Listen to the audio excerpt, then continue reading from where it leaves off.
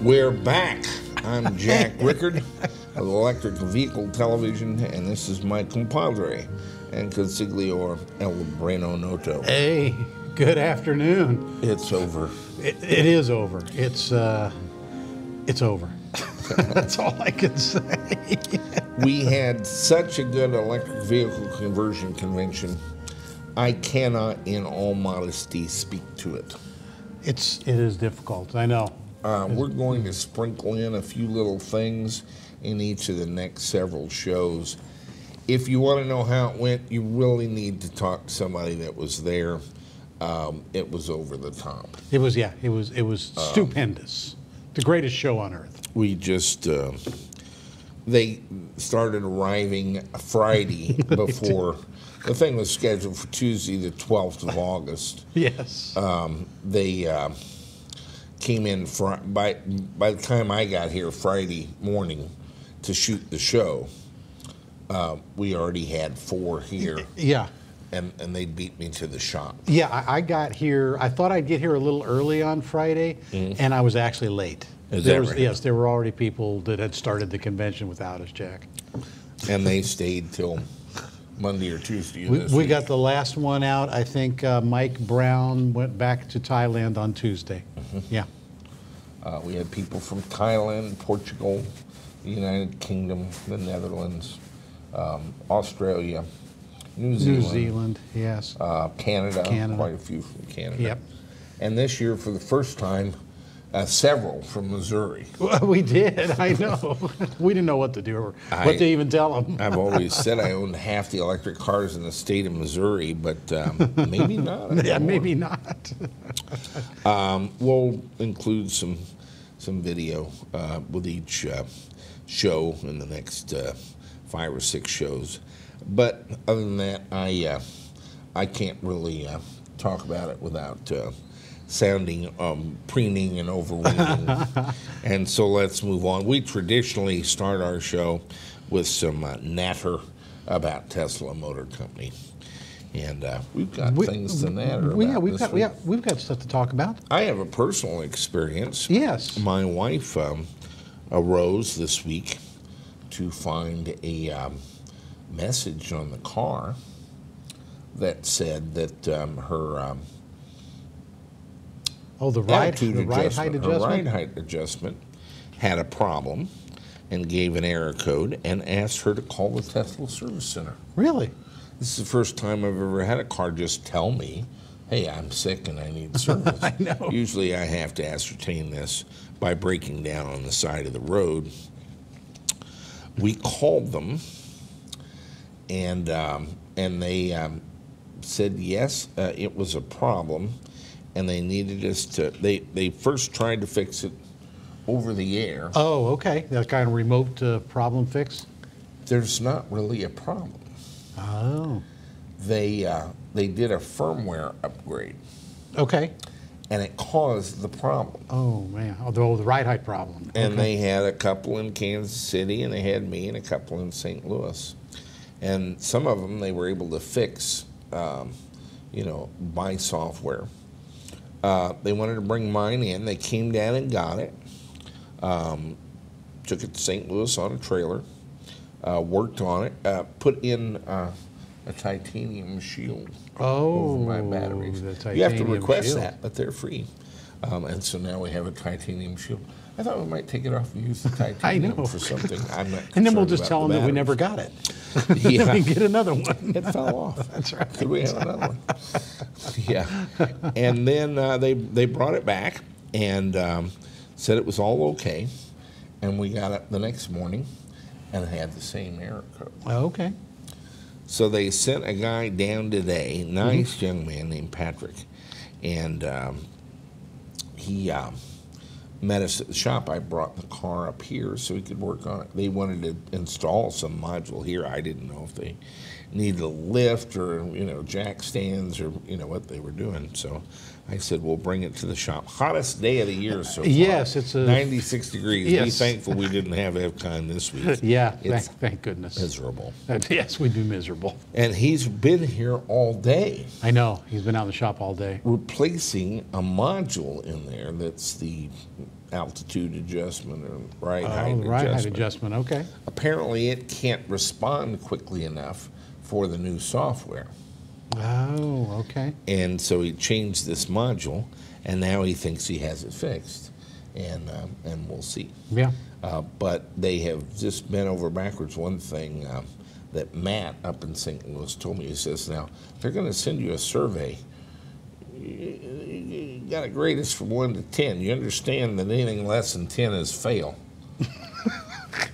I said, I like that. I know. I've been through that I think once. all these surveys and tests ought to be like anything less than 10 is fail. You can't get a 10. You put 11 on your stereo thing, and then Elon's sending out surveys, 10 levels of satisfaction. Anything less than 10 and you're fired. That's right. Go look for another job. Right. And the kid that came down here to work on it worked 24 years for Jaguar in St. Louis. Oh, really? So Tesla is able to attract and is getting some very good people Getting some good talent, automotive yeah. service area. So there is an article out this week, Silicon Beat, normally kind of a computer guy magazine, that Apple and Tesla, that the new iOS 8 coming out, you'll be able to use to operate your Tesla car. Oh. They imply that it would actually replace your fob. Oh, really? Mm-hmm. And that the Elon's promised things like voice selection of songs out of your playlists and so forth. And so that's very interesting. The big news, of course, was we had actually blogged this several weeks ago, and it's caused quite a furor. I'm not sure we were all the furor. Edmunds had come out with noting some drivetrain problems. We had a guy stop here to charge, and he told me he was on his third drivetrain and second battery. That's what kicked me off. Yes, that was what really got you going. The battery swap was just a fuse. Pat was here today, says, oh, that's the pop noise. It just goes pop, and then you don't have any battery. So they've got a milling sound and a pop noise. Well, yeah. The pop noise is basically like our Ferris-Shawmut fuse. Sure, just going. Is in the battery pack. It pops. They changed the battery pack, kind of because they don't really go into things. Right, yeah. But it's really a fuse. And similarly, the mysterious drivetrain issues, some noises are being attributed to a cable rubbing. I think that's a little disingenuous. They have a problem in the drivetrain, whether it's shims or what it is, I'm not sure, is the cure. But in any event, Elon Musk has announced that they are extending the drivetrain warranty from 5-year 50,000 to 8-year infinite miles. Infinite, yes. And Consumer Reports had raised an alarm, and their report is really what has made Tesla. Consumer Reports came out and said it was the highest rating they'd ever given a car. Yes. And now they're saying they're not sure they could recommend it on maintainability. And so Elon Musk comes out with an 8-year infinite miles, which matches their battery warranty now. Yes, right. Now, why wouldn't they have come up with that in the beginning? From the beginning? Yeah. This is not new or controversial. Lexus, when they broke into the game, and then that I know of, Kia. Yeah, Kia had 100,000 miles? Yeah, both of them had 100,000 miles. Yeah, 10 years or something. 10-year drivetrain warranties. Yes, yes. And I bought a daughter a Kia based on that warranty. Based on the warranty, yeah. And so we're not pioneering any new ground here. And as much noted, if electric motors and inverters are supposed to be more reliable than internal combustion engines, we should have done this all along. Well, yeah, you should have. And it would have caused the elimination of some of this heat that they're getting. But Steve West of Auckland, New Zealand. Oh, okay. He was at the show. Yeah, at the show. Yeah. We actually got text messages. Several, Jeff Southern and I have Model S's, and Tim Cavalier was the one that first brought it to my attention. Yeah, he did. Got it first. That they actually sent out text messages to Tesla owners announcing the drivetrain thing. Yeah, we were doing the dyno. In fact, we were in the hangar on Play Day, and guys were sitting around, all Tesla and Model S owners going, hey, look at this. Wow, wait a minute, look what's on my phone. What's on my phone? 8-year infinite miles. Yeah. And again, he swatted this little problem with a solution. If it's his problem and not my problem, then it's not a problem. Not a problem. Steve West characterized it as Elon Musk's Jedi mind tricks. There are no drivetrain issues. There are no drivetrain issues.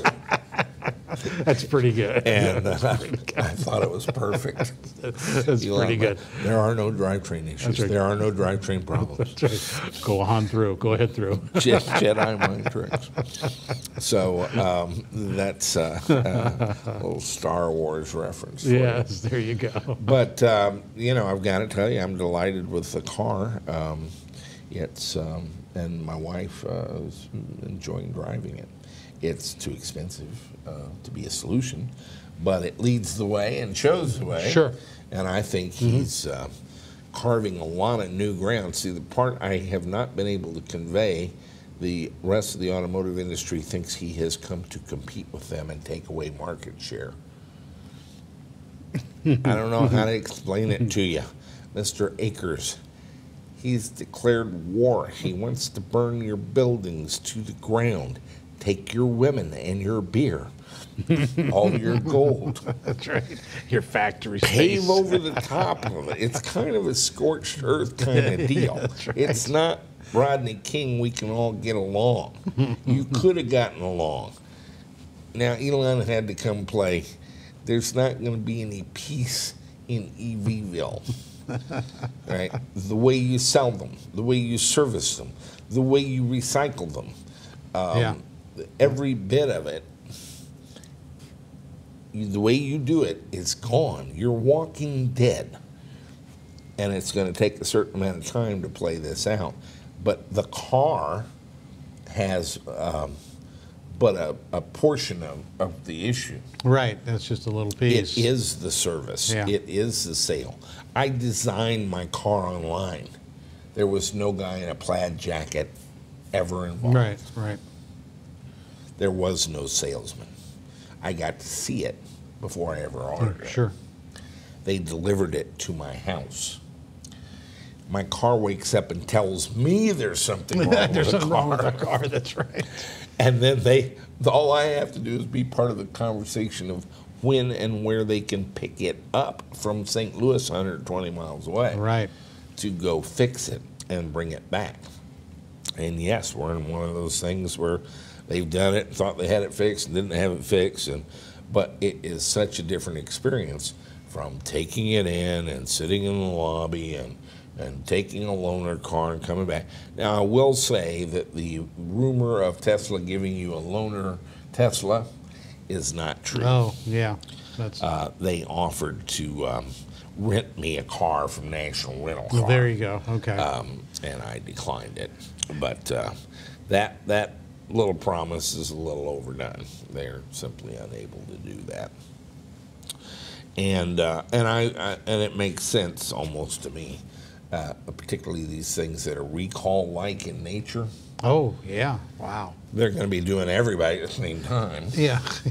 So how are do they you do going that? to How do you do that? provide loaner cars? You had to build for two cars for every But one. the sales, the service, the entire concept of how we relate to cars and car companies is not under gentle admonishment.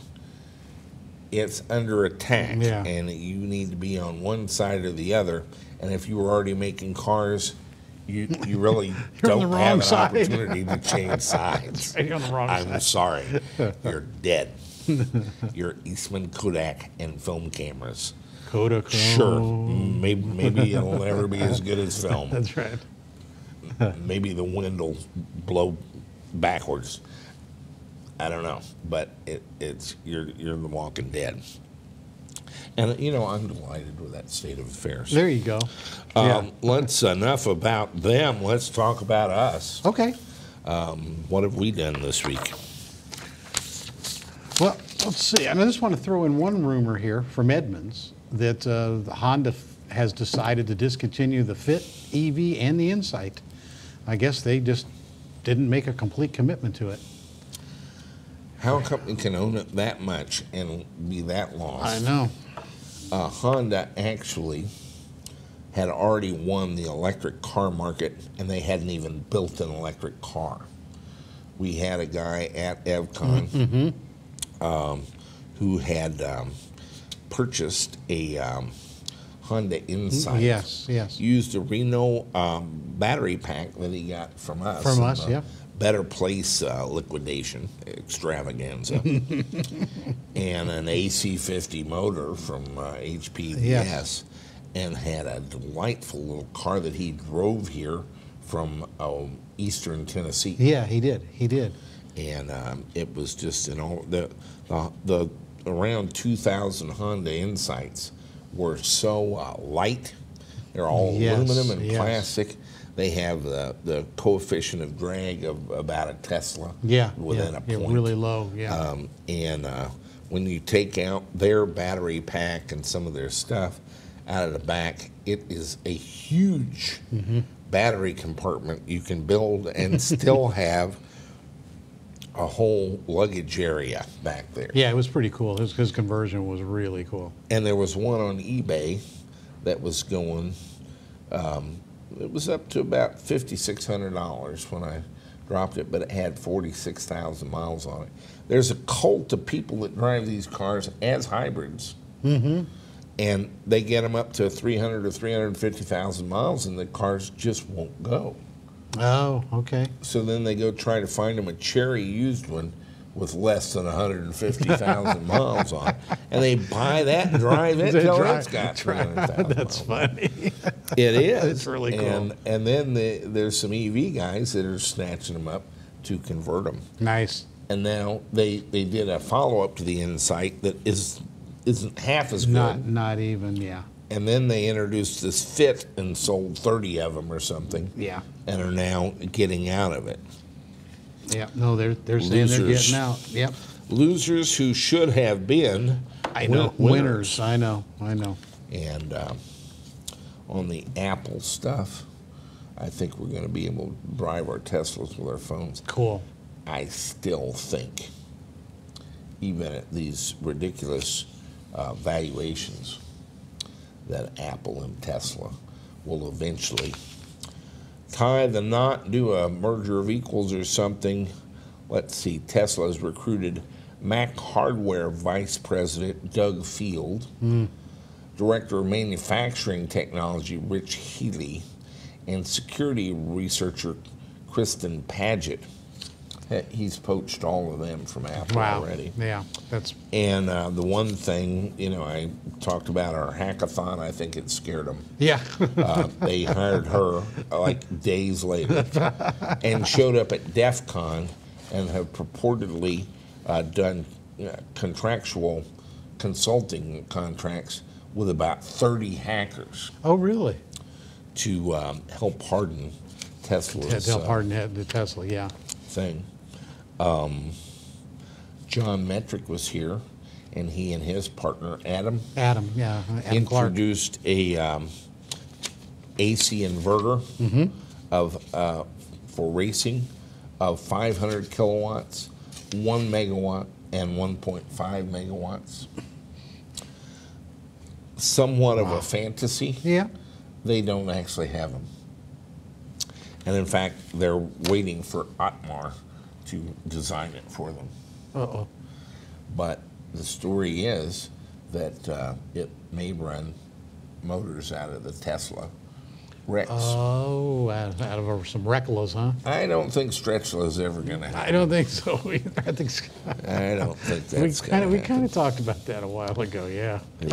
But purportedly, Metric was at least talking to him about having them build 3 of these, but half a megawatt, megawatt and a half AC inverter. Ooh. For the Tesla motor, basically, for racing purposes, and that's kind of another little interesting rumor. I would be smoking, yeah, yeah. We received our poor Anna Kluppenberg had gone to heroic measures. He did too, Anna. To get the red Delta, Ray Wright Delta, to us by EVCON. Mm-hmm. It was in Chicago in customs 10 days before the show. It was. And it didn't arrive until after the show. Yeah, it got here Wednesday. I was heartbroken for Anna. I know. But when it arrived, I'm very pleased it did not come during the Yes. show. Let's take a look as to why.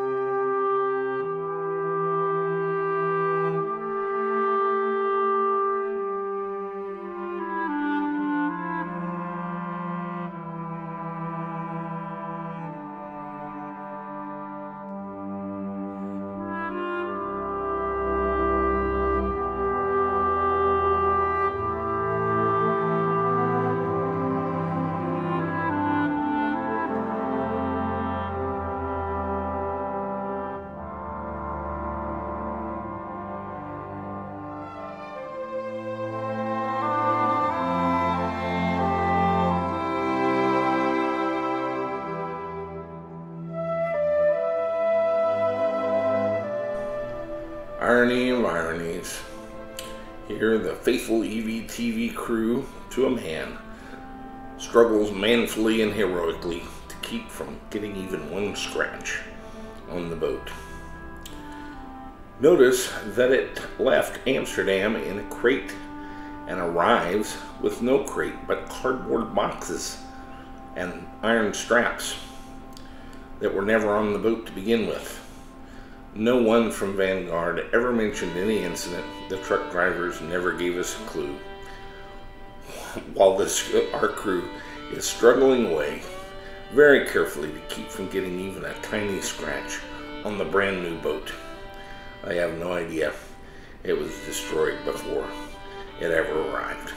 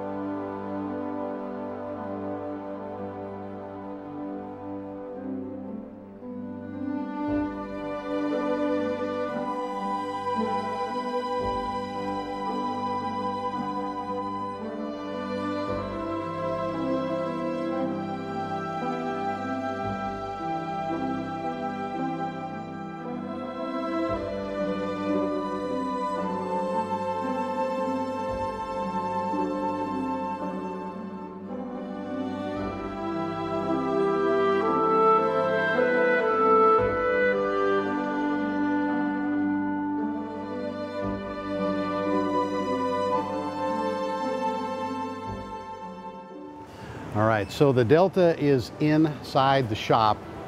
We spared you the pain of watching us back the truck in, the GMC dump truck, but that was what we needed to get it off that, because there was about a 6-inch difference and we didn't have any extensions. So now we are going to run straps around the boat, and we are going to take a 4x4 and we're going to center it and we're going to lift it.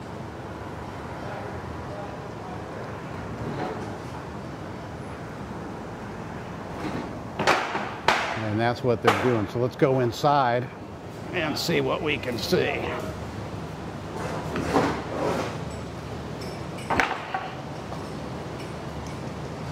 So there we go. So the plan now is to get straps on that pallet, get them up around a 4x4, and then drive the truck out, set it on the ground.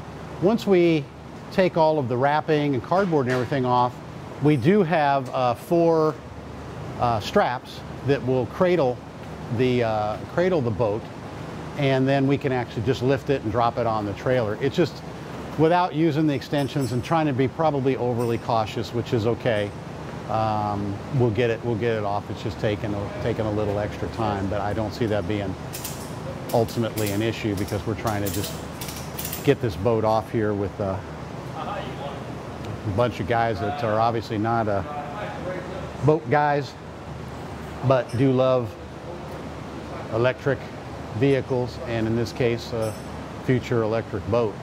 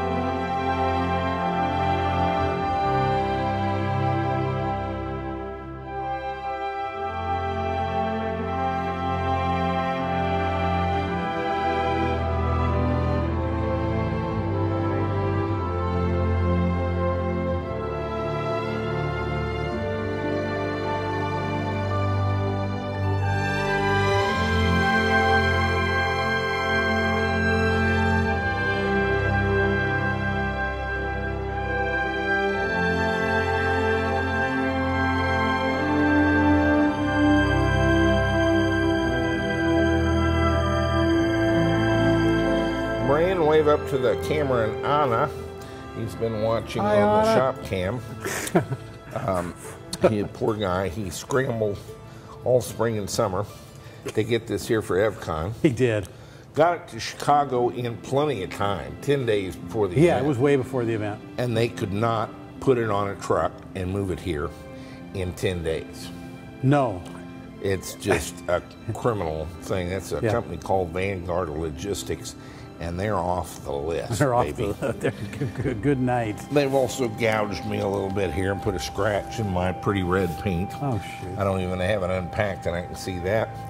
But we're delighted to have it anyway. The Ray Wright Delta. The Deltoid. Done in the shipyards of Amsterdam. Cool. And now in the shop in Capiculato, yes, Missouri. Since we've turned off all the fans and it's 96 degrees out with God knows what humidity, then we better move. We better move pretty fast because we've had to shut the fans off for the audio. You want to do the honors? I'll do a little snippy snip here and see if it doesn't get me. There you go. Yeah, that's right. Always time for safety. Always time to figure out what we should have done later.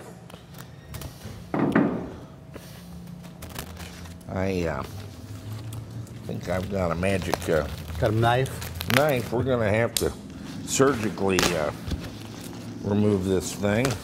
You know, and this was part of our unloading problem here. Fragile use extensions, and we just don't use extensions to fork around here. No, we don't. We don't need no forking extensions. No.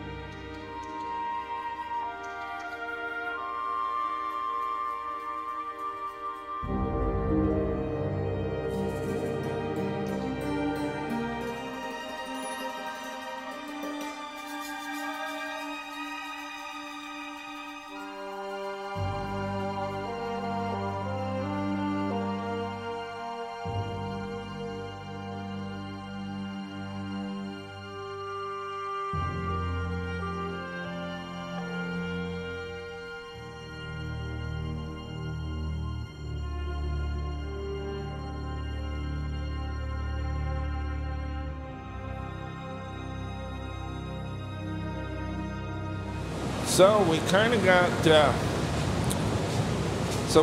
got raked on the boat. The nice crate Anna put it in. We saw no sign of it. It arrived rewrapped in cardboard and gouged up in every direction. A horror. We have found some hard points, strapped them to the thing. We're going to lift the boat now and slide the boat trailer underneath it, but we're going after some pretty major claims against the carrier on this project. We've kind of gotten hosed over. It's beat up fore to aft. So anyway, let's fire up the forklift, see if we can lift this without further damage or ado.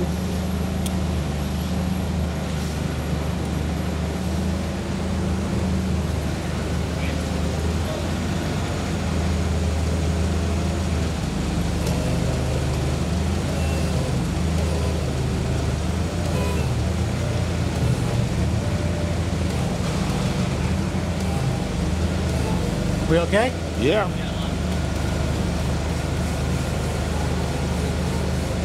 That's probably about good, huh? Yeah, probably. Hey, get our great crate out from under there, huh?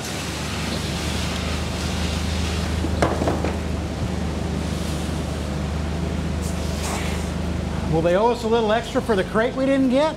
Yeah, I think so.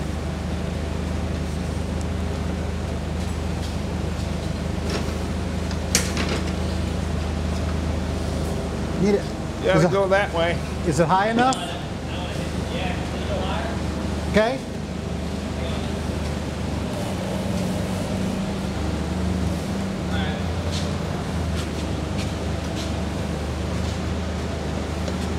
Yeah, I don't know what you're doing, but that ain't gonna work. You got to swing the butt end around a little, yeah. All right, now.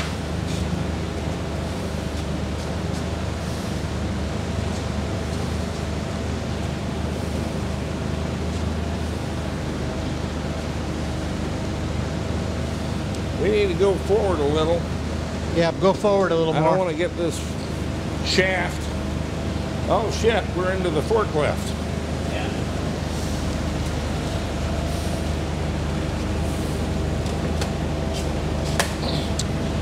No, that ain't gonna work. Yeah. Back it up, pull it back to the right. We've got to get it past the forklift. Yeah. Now, if you'll clear the forklift. All right, now. There you go. A little bit forward. That's good. That'll probably work. Let's see if we can set her down and get close. We're gonna have to push it out, Jess. Get it on those beds. Are you on the bunks on the other side? Okay. Push.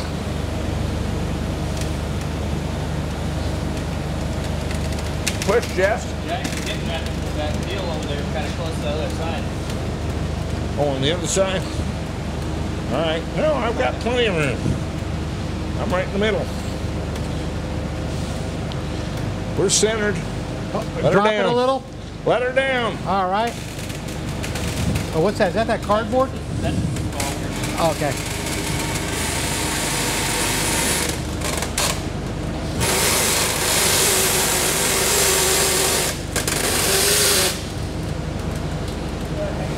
Okay. I'm not down back here. Is that shaft riding on anything? No, sir. Let her down, Brian. Good. Drop it. Okay. Yeah, let her down.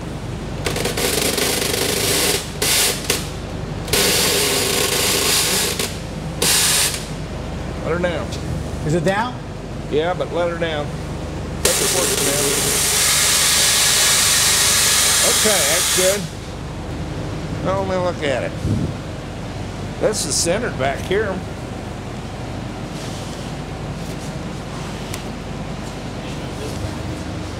Yeah, this needs to go back. A lot.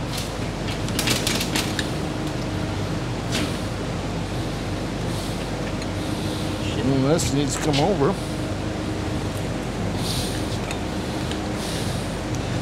And we got nothing to hook onto. But we're on. Yeah, I mean, we're not taking it on the road, so we're, can you get my, is it, how's the, doesn't want to flip or whatever, does it? Is it centered? Like this way.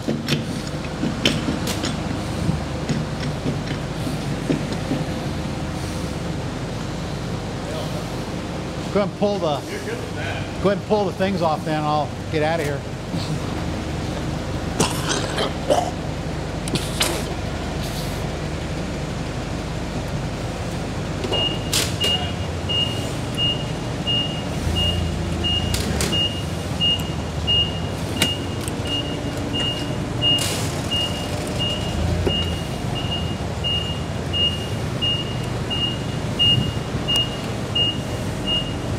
I don't know what these are for.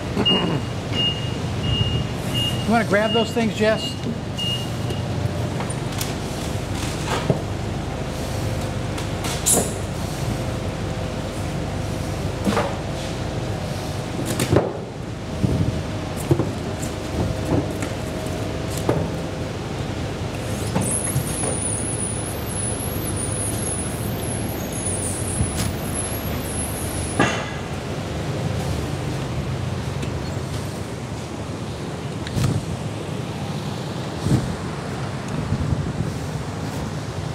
So, Well, we're on anyway. Okay, nice. we're on a trailer. Yeah.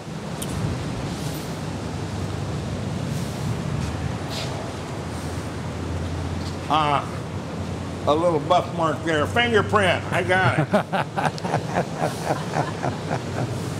Yeah. Well, that is the red Delta on the, help me.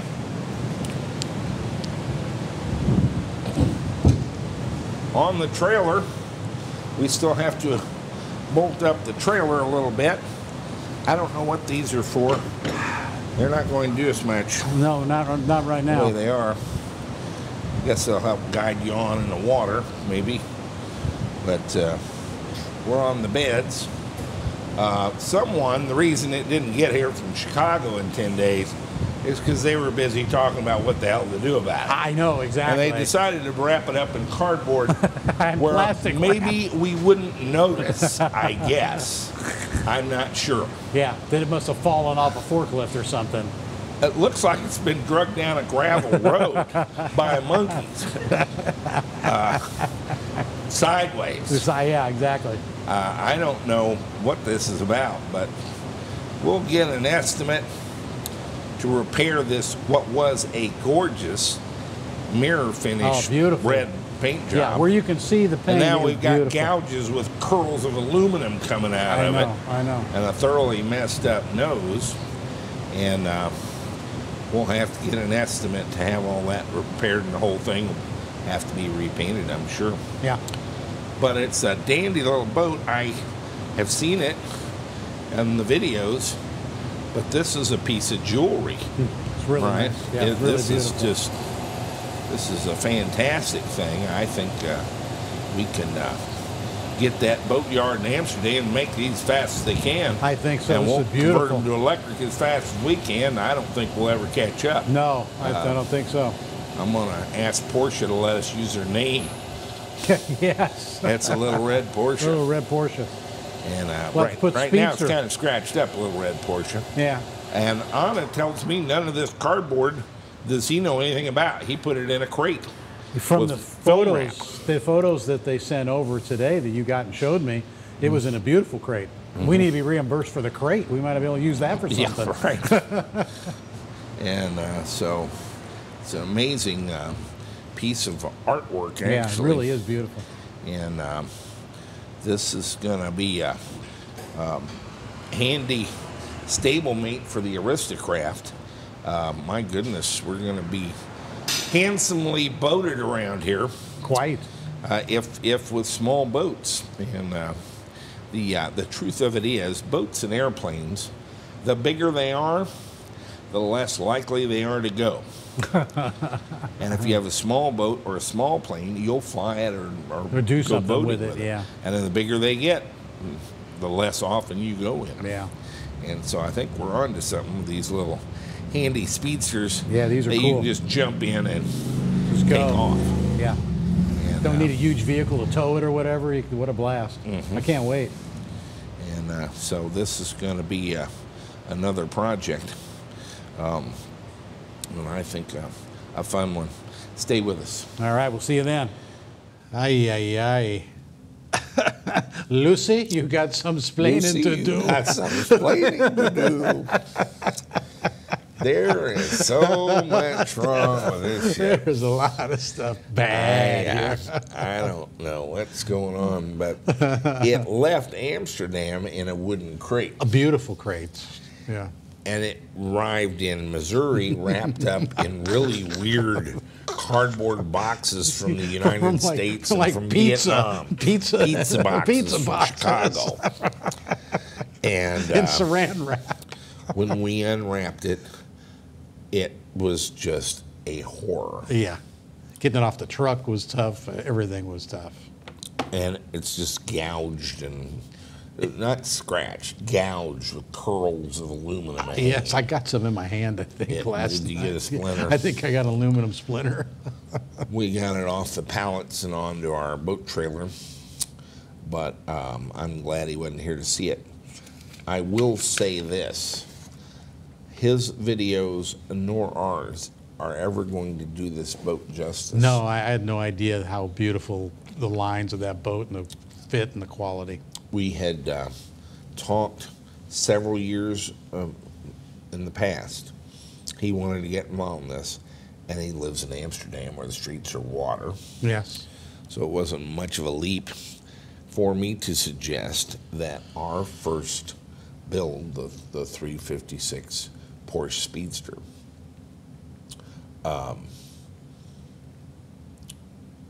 done on the water would be very stylish. Yeah, absolutely. For a gentleman and his lady friend to zip about Amsterdam or anywhere else Yeah.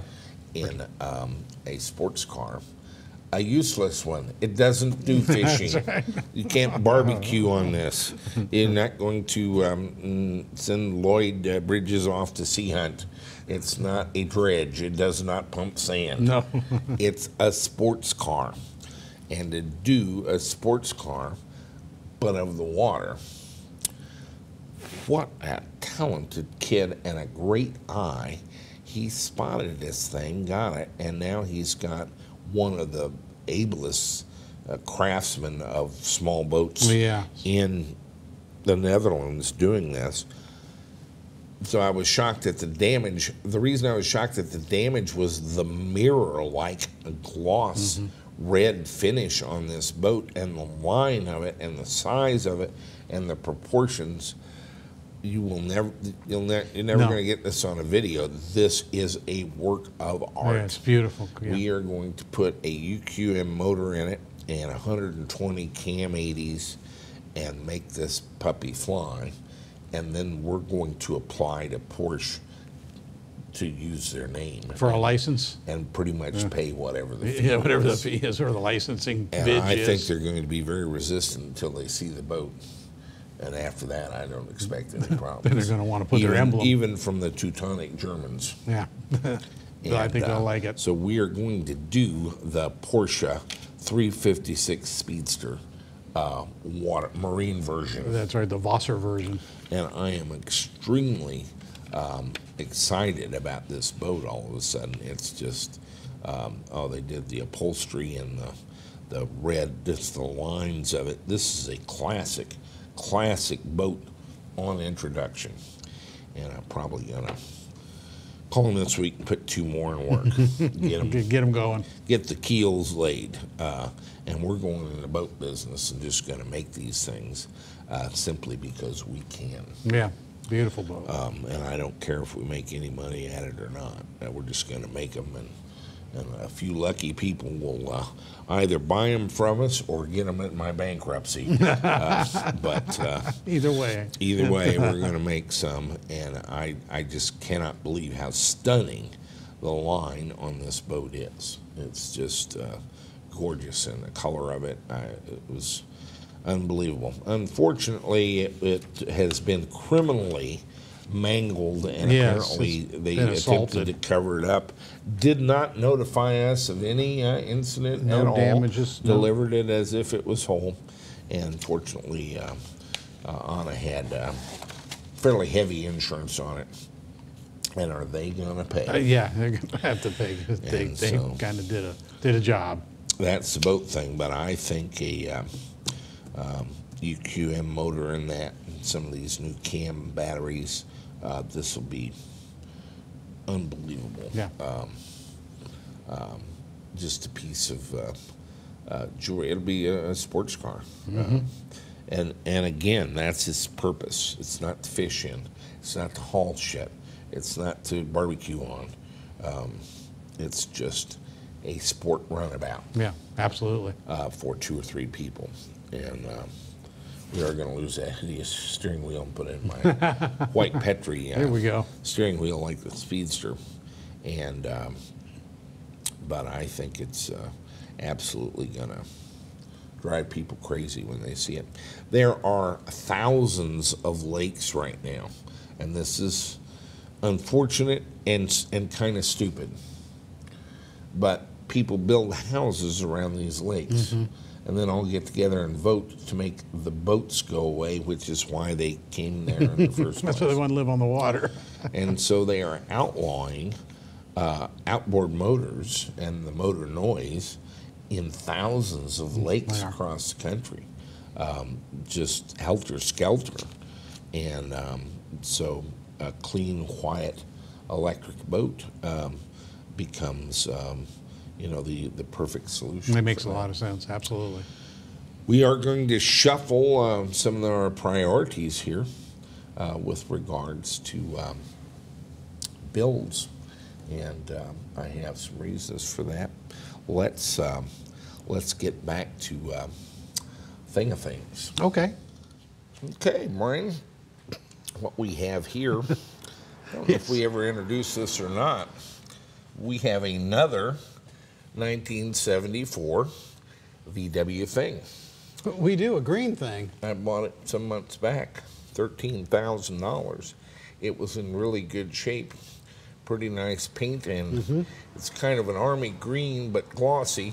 Yeah. And then with chrome, very nice chrome bumpers front and rear. Yeah. And chrome hubcaps. Yeah, and it's got a hard top and all kinds of fun things. Yeah, it's got a cream hard top, and it's a kind of a honey. What have we got here? Well, this is what motivated the Thing for all those years, since 1974. And Jesse and I today pulled it out. How long did it take? Not long. I mean, between just fiddling around, maybe 30 minutes or so. They've done so many VW motors, it fell out on the floor when they walked in. Yeah, I mean, it really... Presented its bolts and asked them to spin them in the rears. It took longer to bring the jack out under it. And they had a weird bolt, too, that was stuck in the star Jesse had to mess with. They triangled it or something. Somebody was lazy, but... What kind of engine is it? It was making a loud clatter. Yes. Actually, it sounded pretty good, but put, put, put, put, and horrible fumes. I mean, this is a stock dual-port 1600cc engine. Looks like it's the vintage of the vehicle. It may even be the original engine with this car. I mean, it seemed like it drove nice. The vehicle had 66,000 original miles. It was kind of a dealer's display car for a number of years. Really? Okay. Yeah, I think the engine's in pretty good shape. It's got the California, probably by this time, the 49 state emissions on it in the 70s.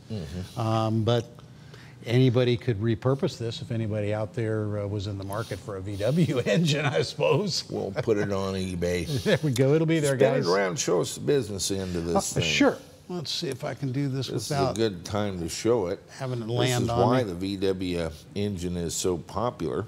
They're a simple, flat, 4-cylinder engine. And there's the crank, and this is the exhaust, which, or I guess the heater tubes. Yeah, this is the heater tubes. The little pea shooters were on the other side, but this is the heat exchanger that would bring the whatever warm air you could into the front of the thing. I want a Jeff Southern heater unit like he's got. Yeah, that's pretty maybe cool. Get him to make us one. Okay, yeah, that's pretty cool. But this is basically the business end. Mm-hmm. That's your pressure plate and clutch and flywheel. Yes. And your mounting to the transmission. Mm-hmm. Right here. Yes, right here. And so we have to duplicate that with an electric motor. And we'll do that. On the transmission, you said there was some mounts that had gotten compressed over time. They had, yeah, the rear transmission mounts. There's 2 of them, and we're going to have to replace them because we can't get up flush to where we're going to be able to seal this from our adapter. So we'll just replace those. They're a few bucks a piece, but be aware when you do this type of build that that's the kind of thing that you may fight with. And it's just, you can't get your motor in because of your transmission mounts or something is deformed. Well, we've got so many builds going. We're dizzy. We were working on the Doka furiously. We were.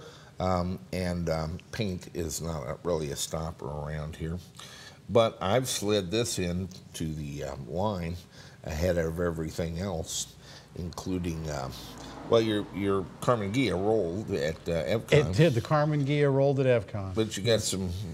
We got some stuff to still work off. And some in your environmentals. Yeah, well, no, it I want that to continue, but this one's going to be next shot out of the block. And why would that be? We already have a VW thing. Why would I want another one? Because we can? Well, because there's still the outside possibility that they do breed in captivity. Yes. And if we can get them both to be electric, we would get an electric offspring. If we leave this around here with a gas engine, they might wind up being little hybrids. Yeah. We don't. Yeah. That ain't the way we roll. That's not how we roll. And it's so. Yeah. Then what we do with them? We got to neuter this gas engine right. version and get an electric going.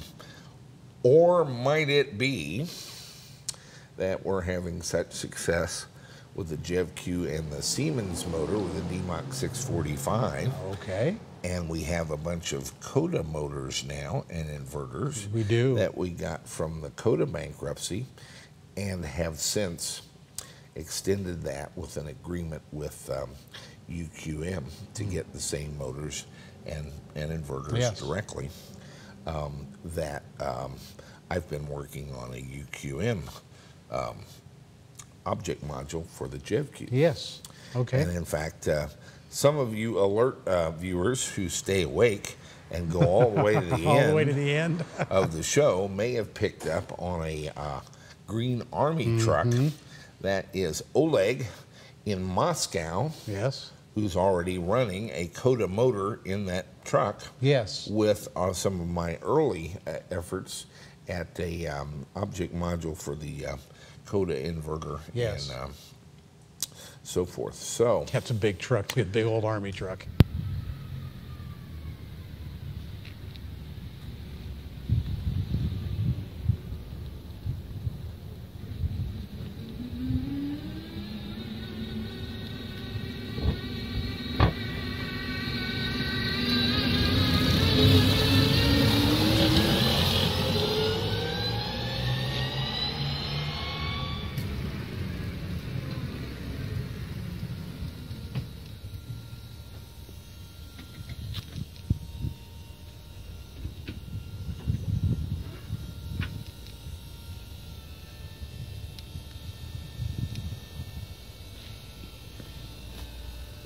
Подойди сюда, вот сейчас попробую с первой передачи стартануть и посмотрим, он пробуксует или нет.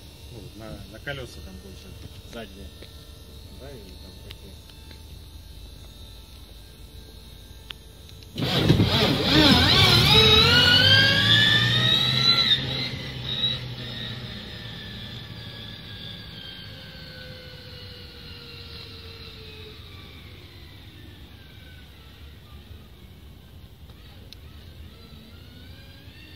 don't really have anything rolling with a Coda. No.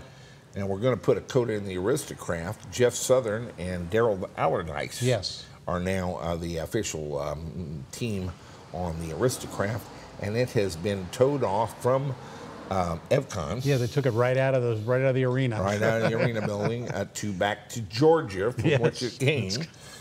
It came from 30 miles from Jeff's house, and now it's back at Jeff's house.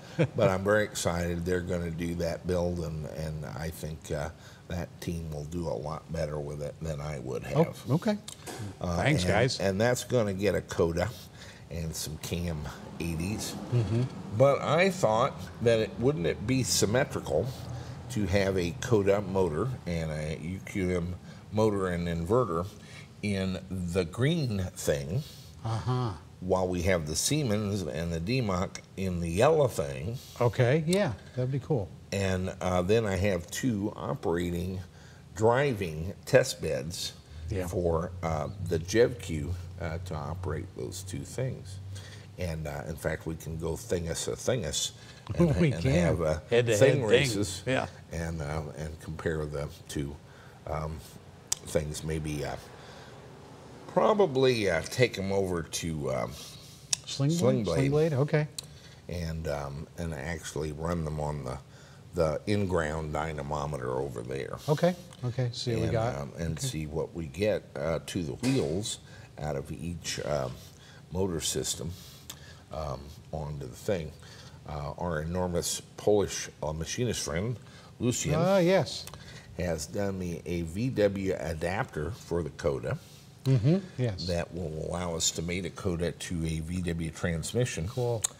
And so in this way, we can mount it fairly easily. I think we'll have the motor in by tomorrow, maybe, or the next day. I gotta get some motor mounts. Well, you gotta get the motor tranny mounts. But other than that, yeah.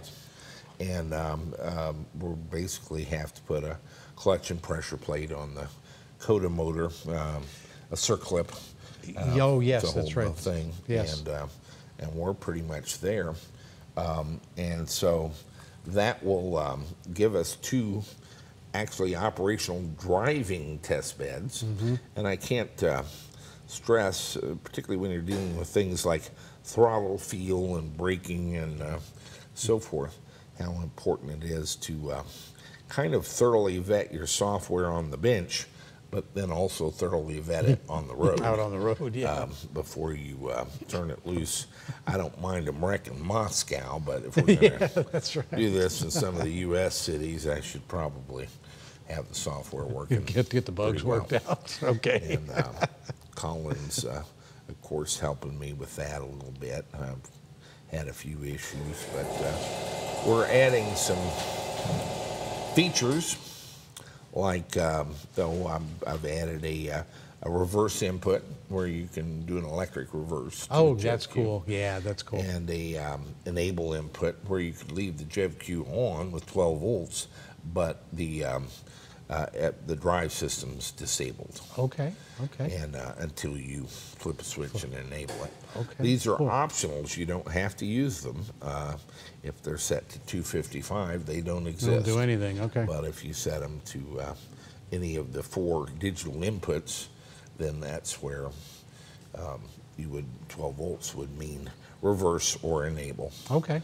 And cool. so that sort of thing. But yeah, the mission here, I think, aside from the symmetry of having two things, is to have two things with different drivetrains, both of them running under JevQ and JevQ software, our generalized electric vehicle control unit. And so that's kind of the priority. Okay. And the other thing that entered the decision is I don't think this is going to be a very hard conversion. The VW thing went very easily, and I expect this one to go more so. Largely because we've done one and know where the bodies are buried. That's right. And secondly, I'm going to use the Cam 80 cells, which we don't have any of yet, but they should be here in September, and they're simply so much smaller.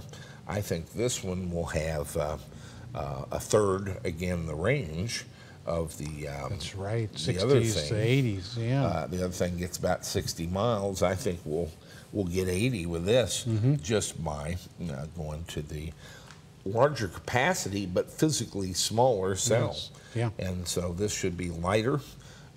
It should have smaller footprint for the cells. So the two vehicles are not going to be identical, but they're going to have two contrasting drivetrains that we can then test various ways to see what's what. Right. Oh, that's and really maybe cool. get smart along the way. And speaking of which, we got our smart running. Then we got the smart run, the smart team. That was amazing. That was amazing. Let's take a look. All right, Brain. This is one of our Coda derived UQM Powerphase 100 motors. Yeah, nice little motors.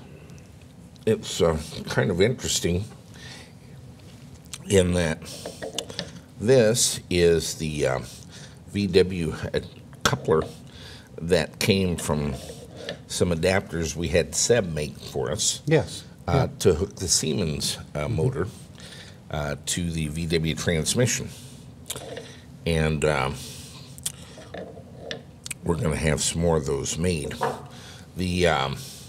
As it so happens, the shaft on the UQM Powerphase 100 is the same spline and the same basic form as the shaft on the Siemens motor. Okay, cool. And that's a bit of luck, and it makes perfect sense. The e-gear drives, or the Powerphase, is mated to a 6.54 to 1 e-gear drive. And actually, the Siemens is mated to the same e-gear drive, same part number. They have different faces that they can put on for the motors. Oh, okay. In dash numbers, but it's basically the same e-gear drive, although the one we got with Azure Dynamics was 8.28 to 1. Yeah, So cool. we now have both of those. They have different faces on them, and that's for this motor. I'm very intrigued by this permanent magnet motor Yes. because it's so small. It's so small and powerful. This is this motor. They actually use the same part number up through the Powerphase 145. Oh, really? Which is about 150 kilowatt Wow. inverter.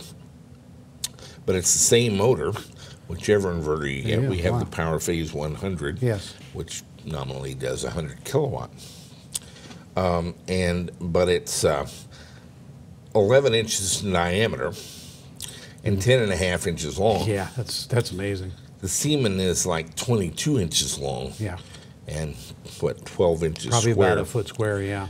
And it weighs 180 pounds. Well, it's 90 kilograms, so about 100 and almost 190 Almost pounds. 190 pounds, yeah. This one is 110 pounds. So it's a much smaller motor, and I've got great plans for it. We're now getting them directly from UQM. Yes. And in fact, Cool. there is a mystery going on with the Codas. All the Coda parts, and I can't tell you why, are no longer available. In They- LA. They are locked up. Okay.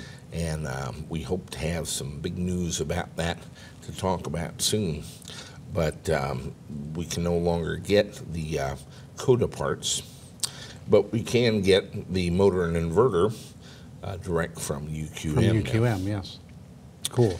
And we have these in the web store now at $8,500 for the motor and inverter, which is the lowest price they've ever been carried anywhere. Okay. Yeah. As I've been telling you for several years, the reason is product support. And they can't do product support on them because you have to use a JevQ to drive the Coda version. Right. Drive the Coda version. And UQM doesn't even have a JevQ. They couldn't They help don't even you know if what they it wanted was. to. That's right. And I've convinced them of that, and so they've made available to you through us their motor and inverter at a lower price. But don't call them because they not only don't want to help you, They couldn't if they wanted to. Right, they can't. Unless I send them a JevQ, they've still not ever seen one. That's right. Jeb what? A generalized electric vehicle control unit. And that's it would be an EVTV exclusive, except it's open source hardware and software. You can build your own. In any event, what we're doing, we've never used one of these in anger. I have used it on the test bench. Yes. And that's going quite well, actually. We have completed the refold back into Colin's work-in-progress version whip, Okay. which he has added OBD2 connectivity and Elm 327. And I've now got the Coda UQM motor module back in that.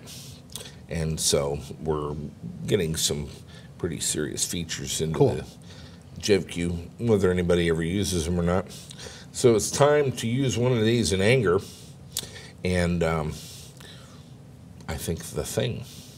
All right, green thing.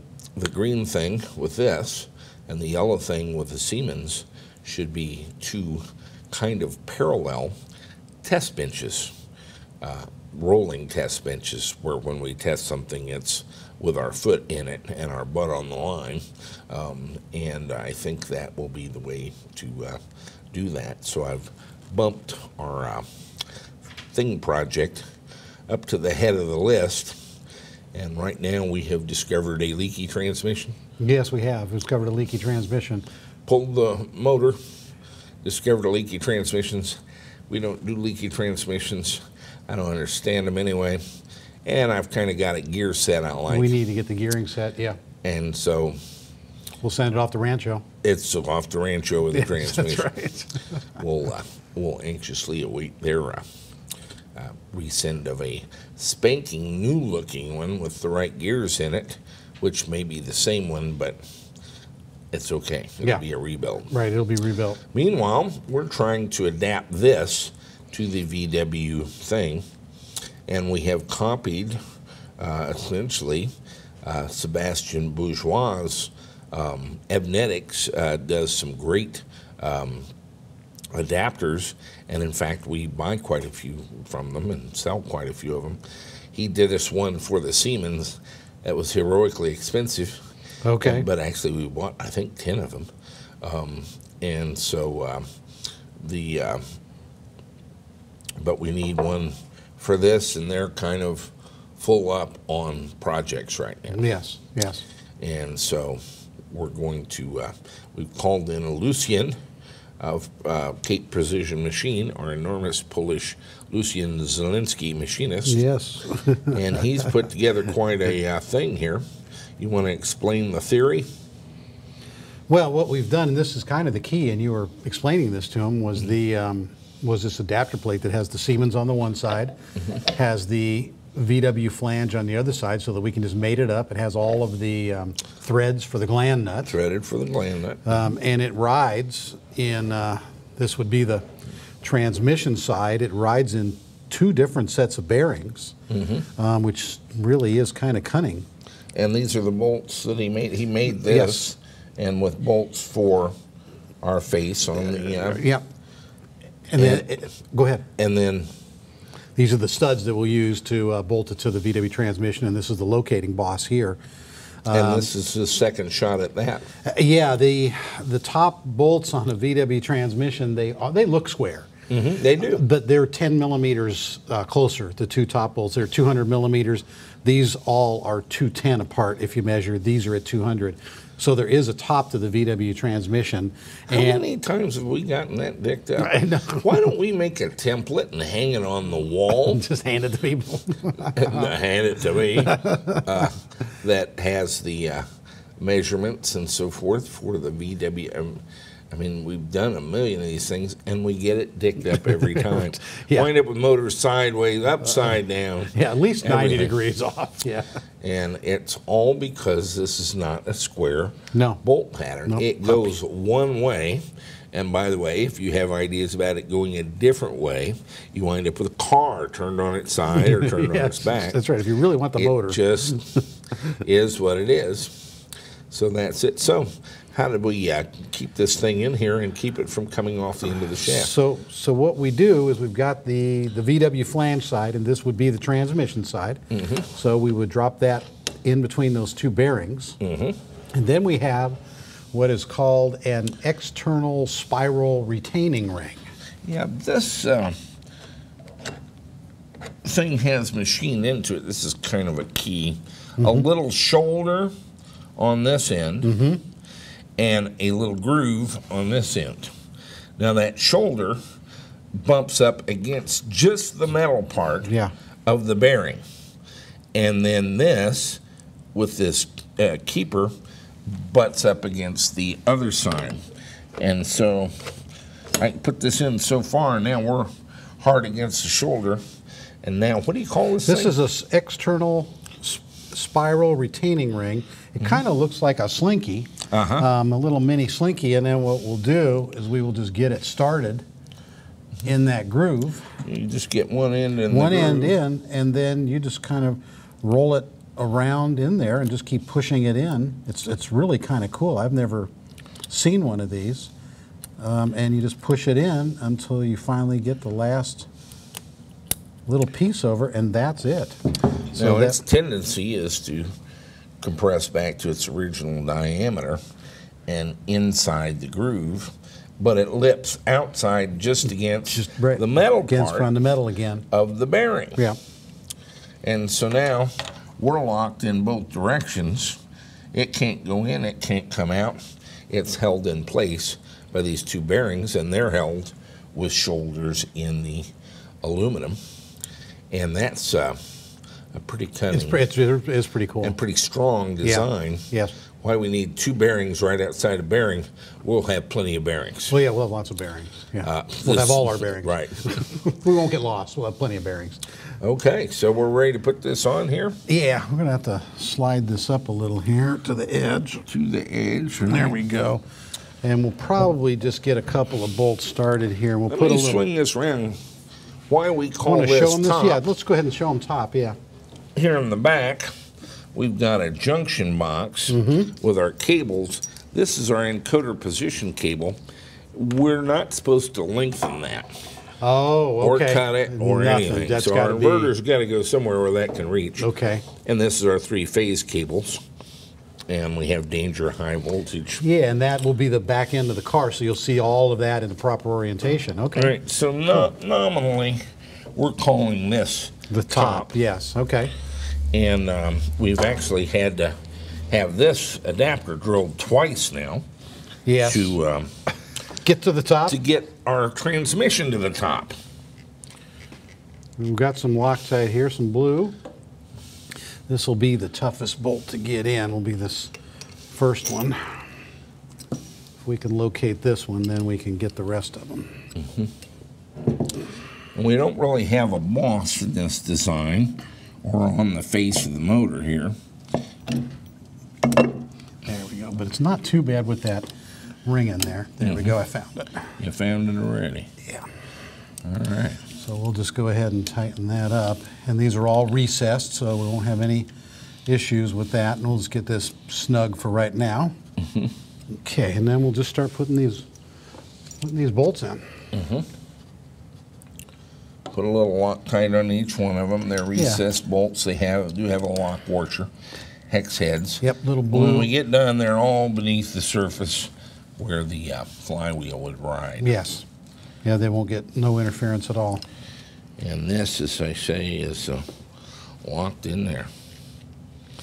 I can actually feel the magnets when I turn When you turn it, it's working against you? Yeah, you know, an induction motor will spin freely until you put a load on it. That's why people keep coming up with this idea that they can turn a generator and it not cost any energy. But a permanent magnet motor, you feel it even without a load on it. Okay. I want to remove these studs too for placing a flywheel. Yeah. It's going to make it a little easier, but I do need one of them for the flywheel lock. Oh, that's right. Yeah, but that's okay. I can use this one right down here. All right. It'll just make it easier to swing the... These are studs we pulled in, put in, drilled and tapped holes, and then you put nuts on the other end after it goes through the transmission flange. And we do have our orientation. It is noted that this is the top. Yeah, we had him stamp that in there, but unfortunately his first pass, he had stamped top, which was actually the side. Side, yes, 90 degrees removed from the top. So, but he came back and plugged those holes and re-drilled them. And yeah, that was actually pretty cool with the little aluminum plugs. That was awesome.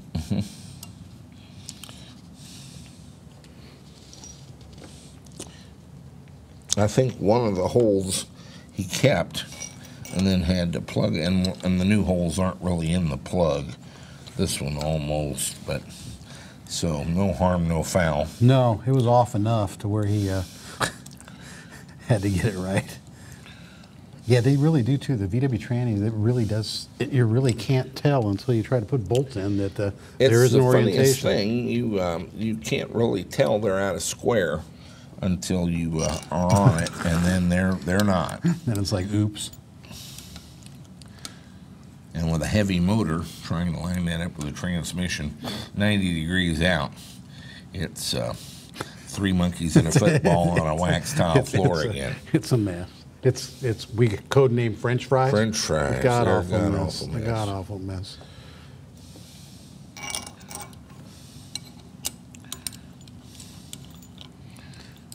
Okay, then we'll just go through and tighten these down.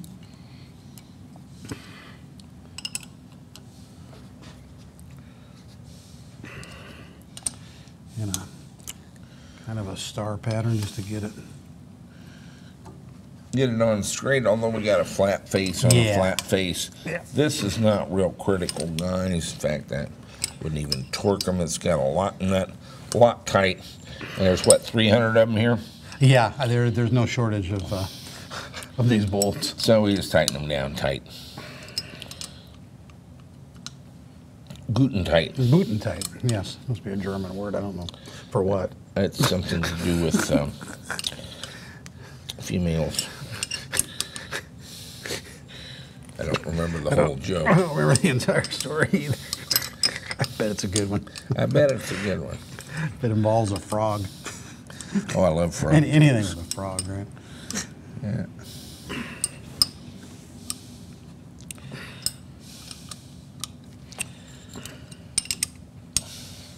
There was the one I couldn't find. You knew you had one you knew, missed. I did. All right, cool. Okay. If we only had a flywheel, huh? Yeah, let's put this up here so we can use the flat part of the... There we go. There. Oh yeah. Yeah, now it shouldn't rock and roll. We got a flat side of the adapter on there. Anything special? One each VW flywheel. VW flywheel. Yeah, we that's used to agonize over these. We'd take the teeth off of them, lighten them, get them made out of titanium and beryllium, and we just use the VW flywheel now. You know what I didn't bring in was my little shot hammer. I may need that. Let me go ahead and start the gland nut. And the gland nut has little needle bearings in here, and later the input shaft of the transmission is just going to ride on this. Mm-hmm. And it has its own washer, just so those dowel pins don't ever come out. Mm-hmm. I'm probably going to need my shot hammer to make sure that goes on straight, but let me see.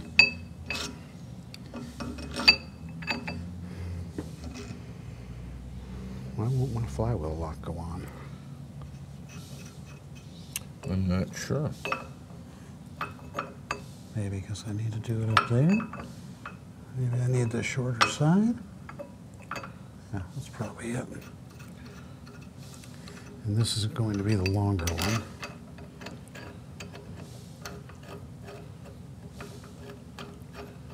There we go. There are actually two sides to this thing.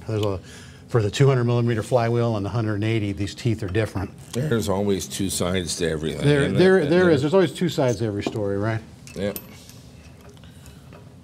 This is just a little tool you can buy, and there's several different. We've got another version, in fact, that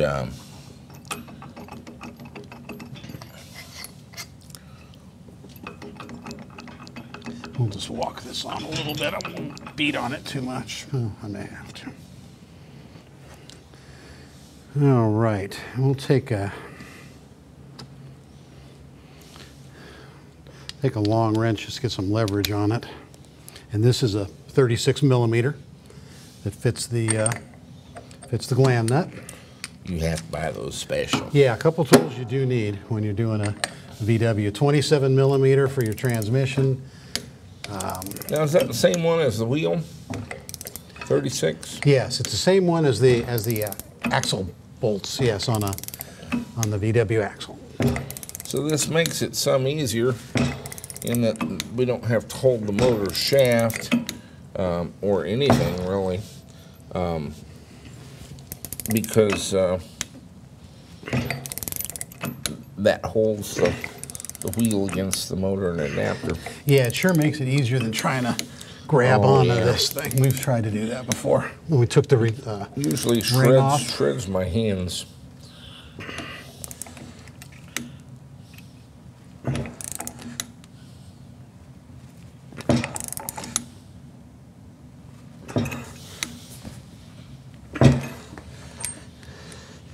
Can I trade places with you? I want to go. All I right. want to push. Oops, here you got your mic there. All hooked up here. I'll push down on it. See if I can.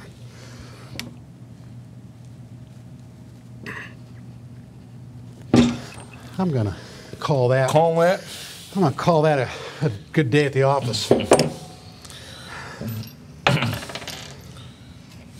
I'm gonna leave this on here because now we're gonna put the clutch disc. And there is a right and a wrong way to put the clutch disc. Right here it says to TM side, which they're saying transmission. So it has a flat side and then it has a nose on it. So And it goes against it like this. Another tool, another $5 tool it's cool to have is the clutch alignment tool, because it holds this thing in place while you're putting your pressure plate on. New bolts for your pressure plate are always nice. They're 13 millimeter.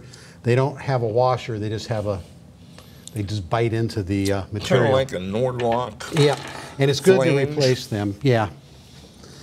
Anytime that you deal with that, it's good to replace. We have a late model. So that means there's a sleeve, and the way you know you have a late model transmission is there'll be a sleeve on that input shaft, like a 4-inch sleeve.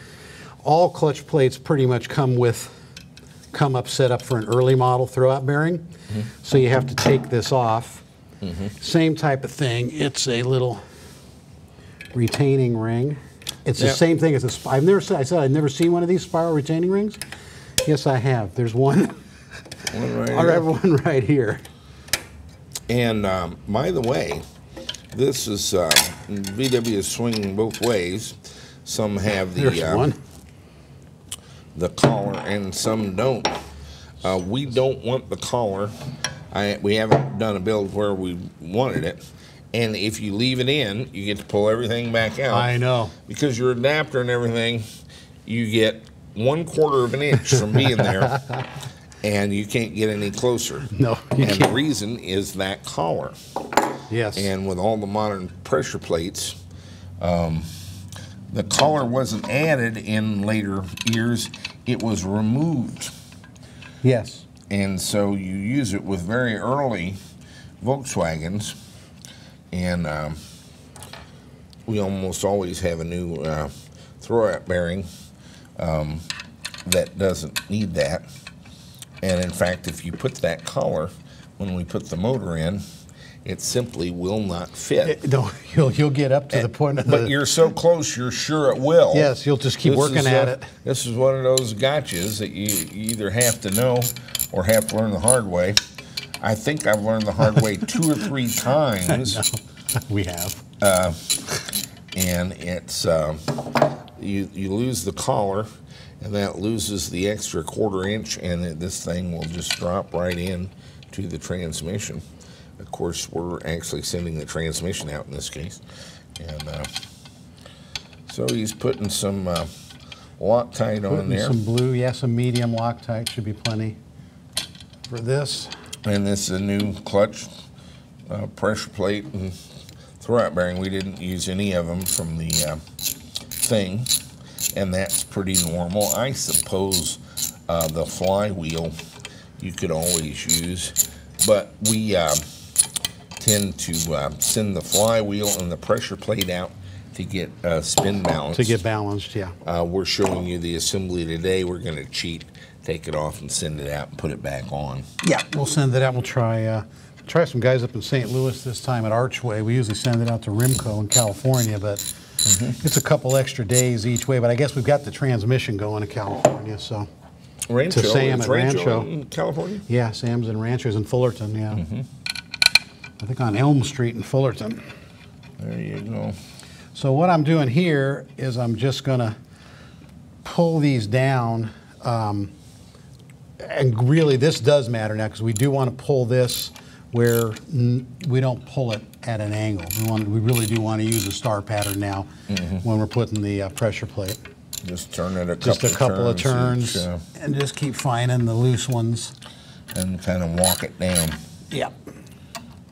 Yeah, this does matter. And then we'll ultimately torque these down to 18 foot-pounds.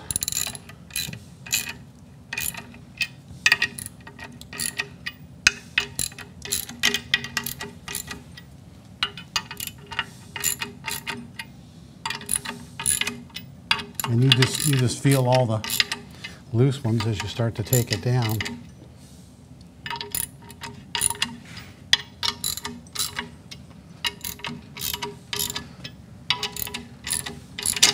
Because what you're really doing is you're taking this inside of the inside the flywheel, and you just don't want it to hit. It's kind of a close tolerance.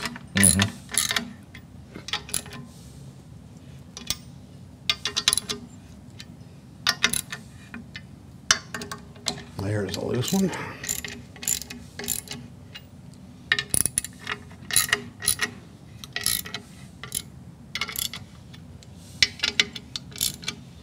And then once we get it to the bottom, then we'll get our torque wrench out and give it some torquing.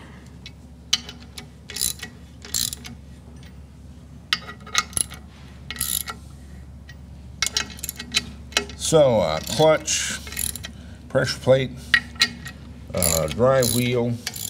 What's that run? Are we typically on a VW? Couple $100 maybe. Couple $100 for all of it. For a kit, if you get a kit, you might be able to get it for a little less, but yeah, a couple $100. And we use the Kennedy 2,600 pound stage 3 pressure plate, and I like to use the Exidy, the Super Disc. That just seems to be able to.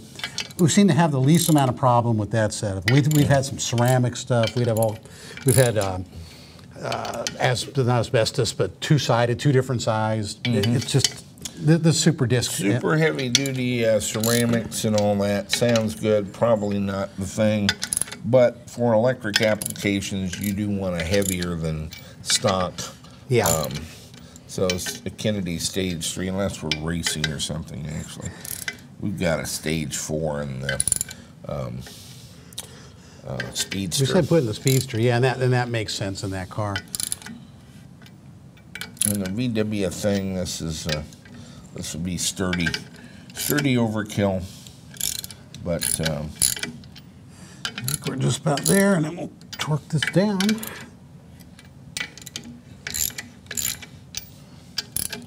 well, they get the idea. Like I say, we're going to pull it and have it balanced, sent off and balanced. Yeah, and all you would do at your next point, if you were doing this to finish it, just take your torque wrench, Now you can pull this out. You can pull it. The pressure plate spring is is holding that actually now. holding the thing, so you can pull this out. Yeah, and you would set this to 18 foot-pounds and just go ahead and right there. Yep. Till you get a click. Yeah. See, now that one's a little loose. Let me get the click here. Yeah, see, 18 foot-pounds isn't much, so. And that's really about it. It's not a lot of. And the key to this is about a $12 pawl that you put on here. Yes. This is a wrestling match without it. But this locks into the teeth, which is really the only reason we still leave the teeth. It's really just for this, because we don't have a starter. Right.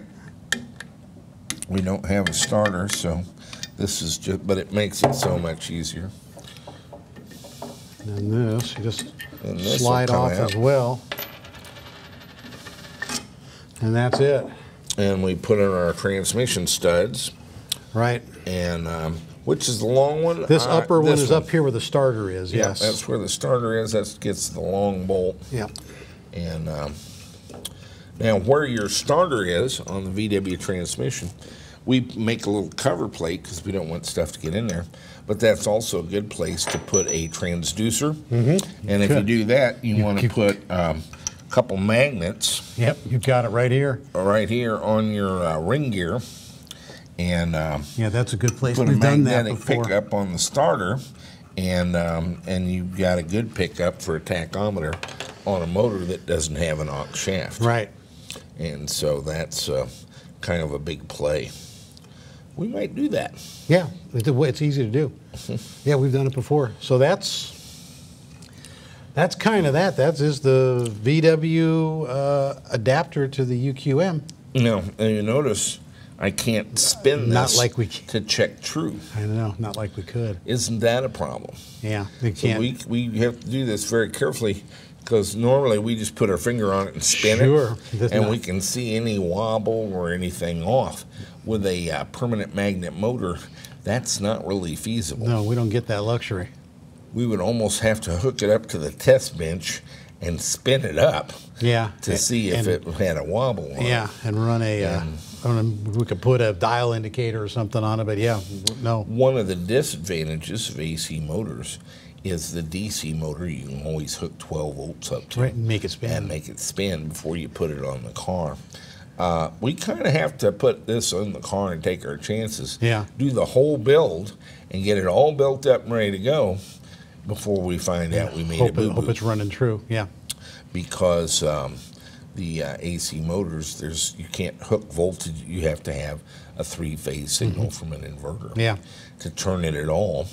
The as I say, a AC induction motor, you can at least at this stage turn it by hand. Yeah. And fast enough to see anything.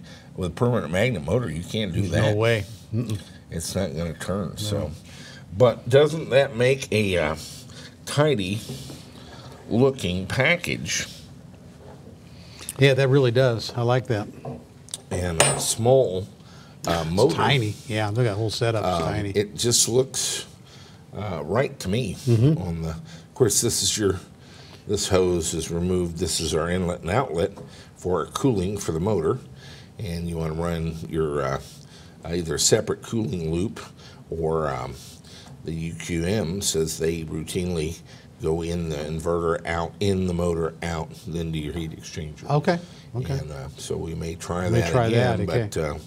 but I didn't have much luck with the yellow thing. No, we didn't have much So luck with the we'll Rhino. probably Yep. just put 2 cooling loops in from the beginning and let it go. But I think it makes a great looking little package, and it's that easy to put together with Lucian's Nice adapter. Yeah, nice adapter. And so we have the Coda to VW pretty much done. Fortunately, most people don't want a VW. But you see the process, that flange for the flywheel on here could be anything. Right. Could be anything. And more commonly, a larger coupler disc for a flex plate on an automatic Right, transmission, right. or a flywheel on a different transmission. Yeah. And so not much would be different. This diameter here would be to your flex plate or flywheel. Right, exactly. And so there are some changes, but that's the basics of what I consider a good, high quality 6061 aluminum adapter plate. And that coupler you have to have made by a machine shop that does EDM, electrostatic displacement machining. And So that's the one kicker. But we have two motors now with the same shaft, and so gradually we're learning to adapt to that, just as they used to the B-face motor, Sure. which was Yep. more common. This is going to be kind of the model in the future for connecting transmissions and motors. But I think that makes a great little package. It does. We'll put it in the thing, and we'll be ready to roll. We will. All righty, stay with us. Two thingies going, huh? Two thingies. Two Well, thingies. You know, it's kind of like the smart car. We had an electric thing with a Siemens motor in it, Yes. and we had a gasoline-powered thing that ran quite well under gasoline power. My fear was that they would breed in captivity, but we'd wind up with a bunch of little hybrids. Yep. This is the same problem we have hybrid things. with the Smart. Yeah. I learned this week that Chery Motors in China is going to introduce into the U.S. a electric Mookie. Oh, really? Remember the Austin Mookie? Yeah. And didn't somebody do a conversion on a Mookie? Yes, Yeah. EV West converted. That's a right, Mookie that's here right. Just recently. Yeah. Well, they're going to manufacture new Mookies in China, probably as a neighborhood vehicle Okay. type thing, and sell them here. But I like the full-featured thing. But this gives us two driving test beds. Yes. For our two flagship kind of motor controllers. Yeah. Be able to, The Siemens and DMOC and the yellow thing, and the UQM Powerphase 100 system in the green thing. yes. Yep. And that should, it's somewhat self-serving. This gives me some test platform, driving Right. test platforms for the generalized electric vehicle control unit to add new features and so forth. Yep, that's perfect. As we go along and be able to test them on rolling cars.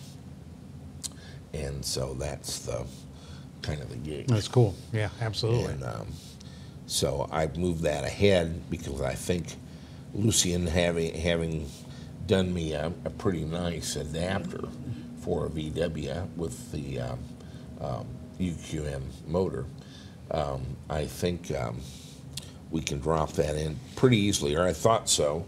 You pulled the motor out, what did you find with the transmission? Well, we found we were going to at least have to do the transmission mounts because they've been in there for 60-some thousand miles and they were deformed. They were compressed. So we couldn't never, once that motor is pulled out, we could never put anything back against the transmission face flush. It also was just junked up. It was leaking. The seals were bad. The axles, the boots were bad, then needed rebuilding. I'm sure CV joints were bad. So today we went ahead and pulled the transmission out. And we need to do the gearing. I guess if we're going to do a reasonable test, it needs to have the same gearing as the yellow thing.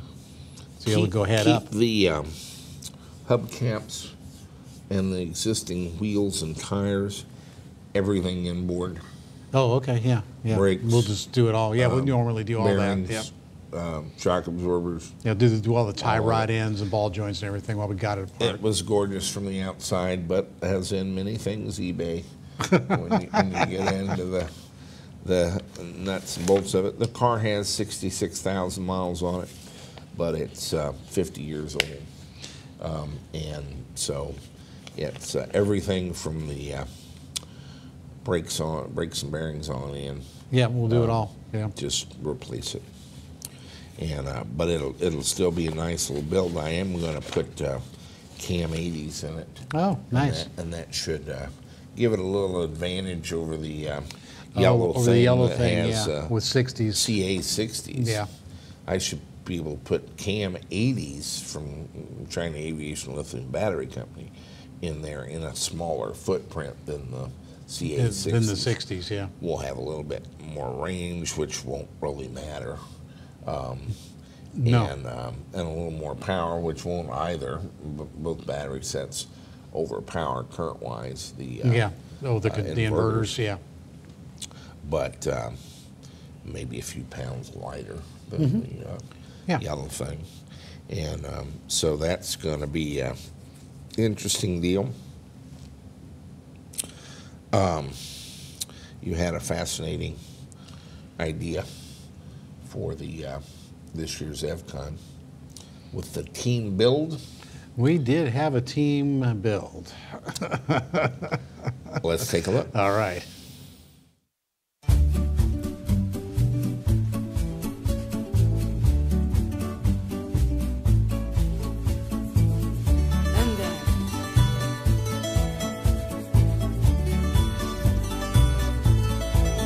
Quero destino, que eu não creia no destino. E o meu fado é nem ter fado nenhum.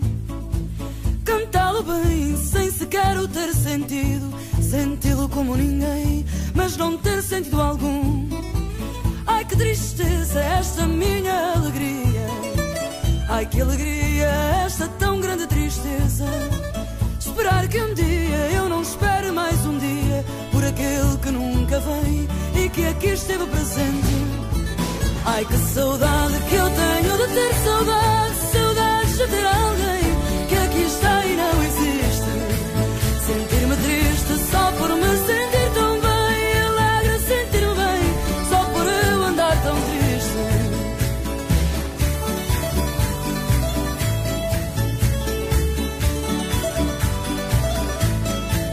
Ai se eu pudesse não cantar, ai se eu pudesse e lamentasse não ter mais nenhum lamento. Talvez ouvisse no silêncio que fizesse uma voz que fosse minha, cantar alguém cá dentro. Ai que desgraça esta sorte que me assiste. Ai mas que sorte eu viver tão desgraçada. Nem certeza que nada mais certo existe, além da grande certeza de não estar certa de nada. Ai que saudade que eu tenho de ter saudade. Saudades de ter alguém que aqui está e não existe. Sentir-me triste só por me sentir tão bem. Alegre sentir-me bem só por eu andar tão triste.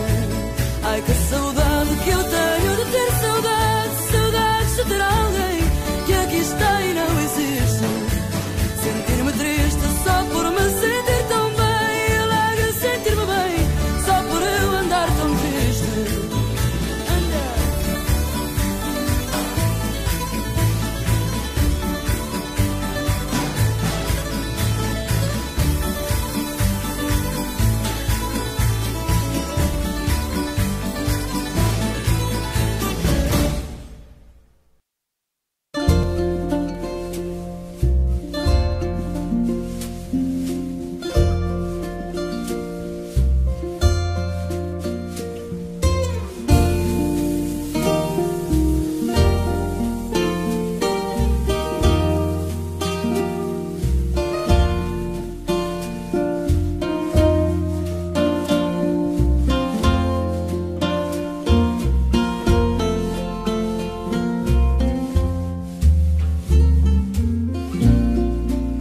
Just before our love got lost, you said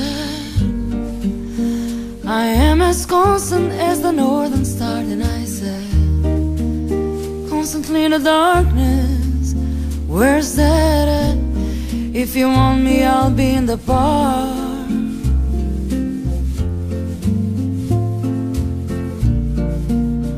On the back of a cartoon coaster, in the blue TV screen light, I drew a map of Canada, oh Canada, with your face sketched on it twice. You're in my blood like holy wine, tastes so bitter and so sweet. Oh, I could bring a case of you, darling, and I would still be on my feet. I would still be on my feet.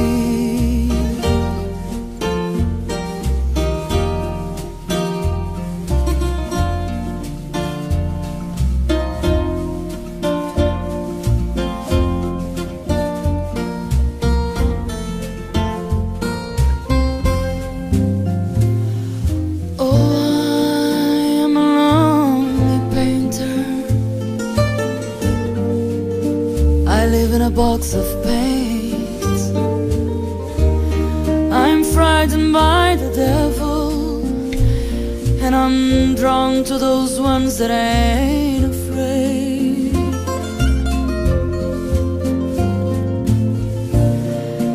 I remember the time you told me love is touching souls.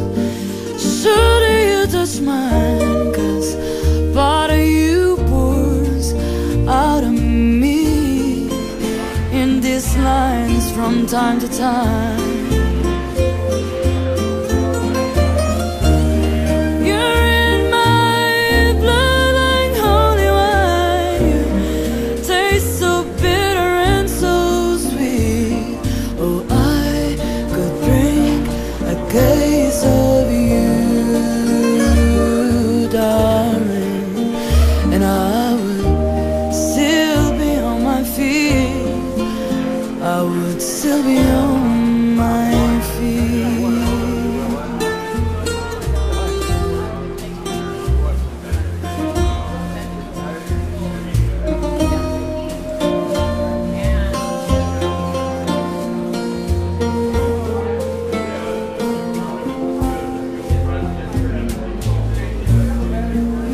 I met a woman, she had a mouth like yours.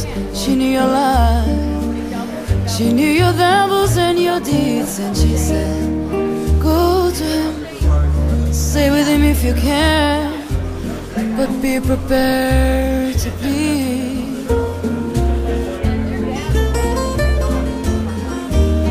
Oh, but you're in my blood like holy wine. You taste so bitter and so sweet. Oh, I could bring a case of you, darling, and I would still be on my feet. I would still be on my feet.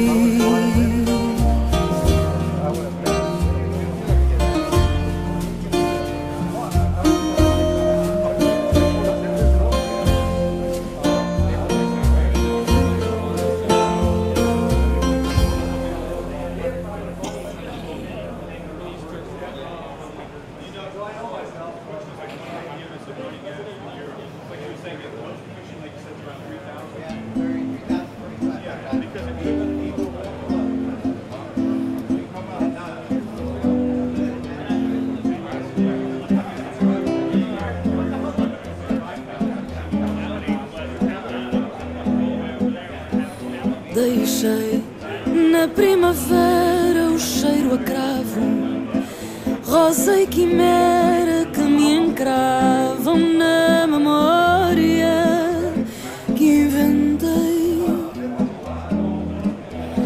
E andei como quem espera pelo fracasso, contra macela em corpo de aço, nas ruelas do desdém. E a mim que importa se é bem ou mal, se me falha a cor da chama, a vida toda é-me igual. Vim sem falta, queira eu ou não, que me calha a vida insana e vá sem Buda até ao verão. Deixei na primavera o som do encanto, risa, promessa e sono santo. Já não sei o que é dormir bem. E andei pelas favelas do que eu faço, ora tropeço em erros crassos, ora esqueço onde errei.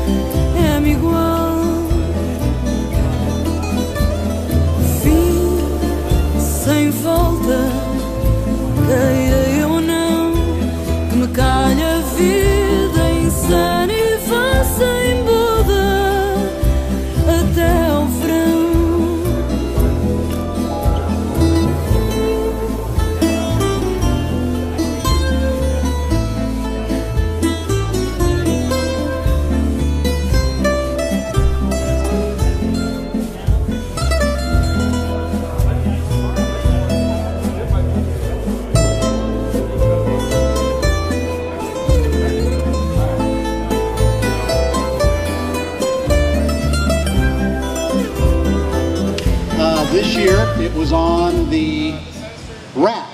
And we took the Turn E conversion in a box and made a challenge that we would supply the car, the Turn E, any other parts, if they could get it running by today.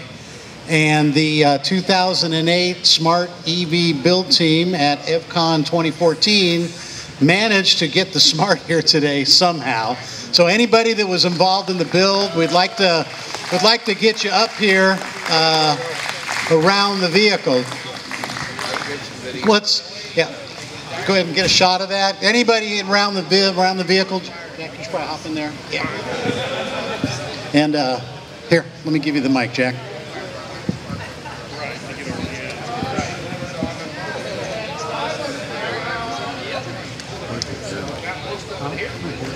There's a couple of parts that fell off on the way back. This was actually Brain's idea. Was since he didn't think we could depend on Jason to bring a broken car, and we have so much fun in the shop, he said, let's build the Smart. And I had two fears. One, we had a few people in early, and I thought they were going to get it running Sunday, which would have disappointed the team arriving Monday morning. And of course, the second one was that they wouldn't complete. But this turned out to be a marvelous event. We had a lot of fun in the shop. Did you guys have fun building it? And it rolls. So congratulations to the 2014 EVTV EVCCON Build Team. And we'll take some video of that, maybe cut a photo out of it for you and see that you get that. And so congratulations and a job well done. And let's see, what do you think about 160 horsepower? Paulo says 25 horsepower. He says 12.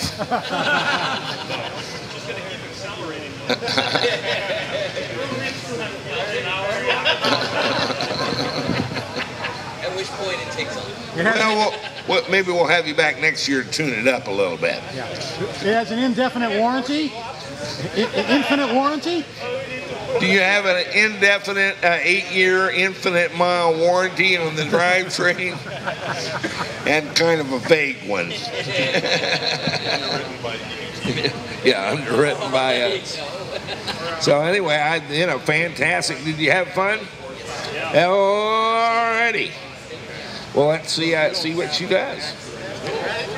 I guess Kelso was the team leader. He'll mount the stallion, and let's roll it up and see what you got, big guy. We got two team guesses, 25 horsepower and 12 horsepower. Okay.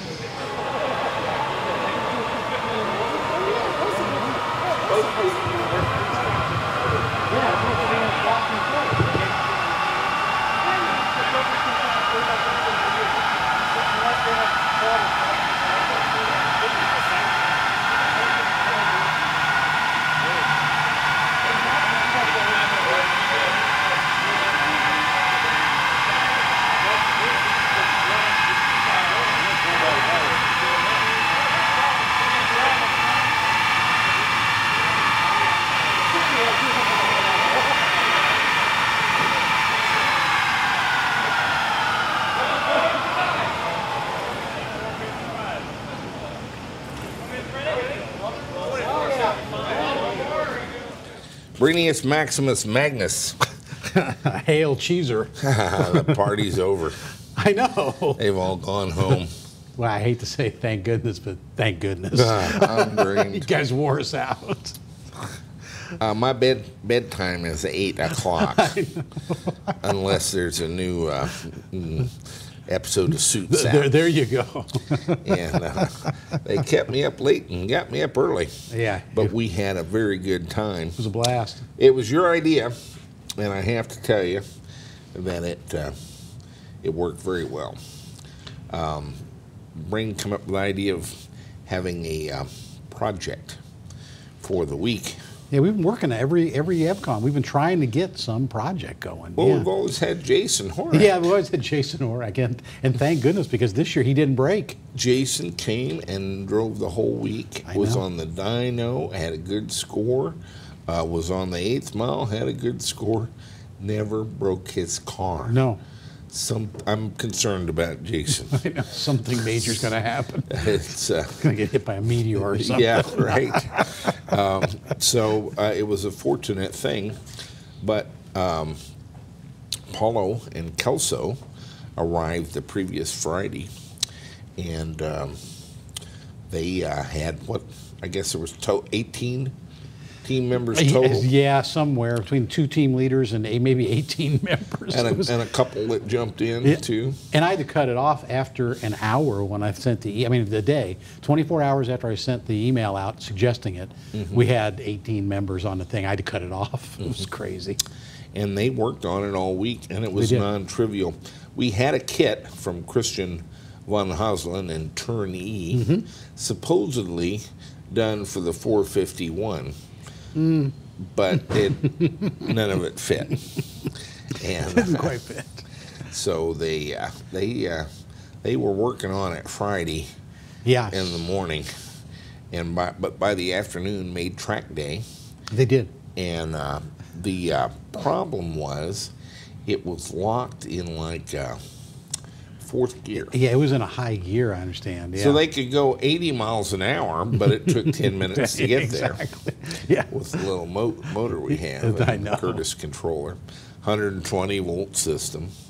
Not an HP EVS. This was a Eve motor I got from Italy from a company that's now defunct. And, Yes.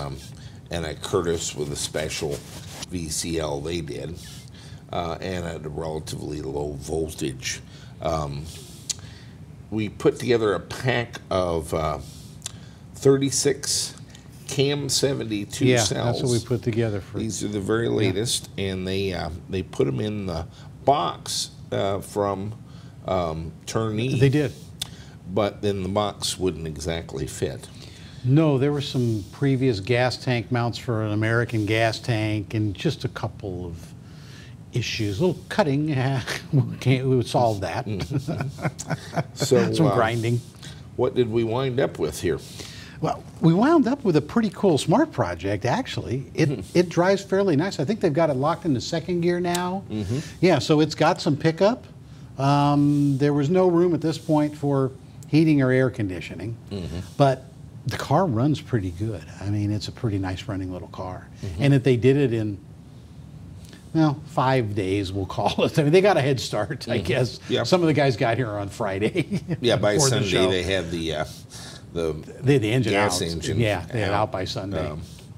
and so the guys arrived Monday for the kickoff meeting, and the car looked half done. they were halfway through.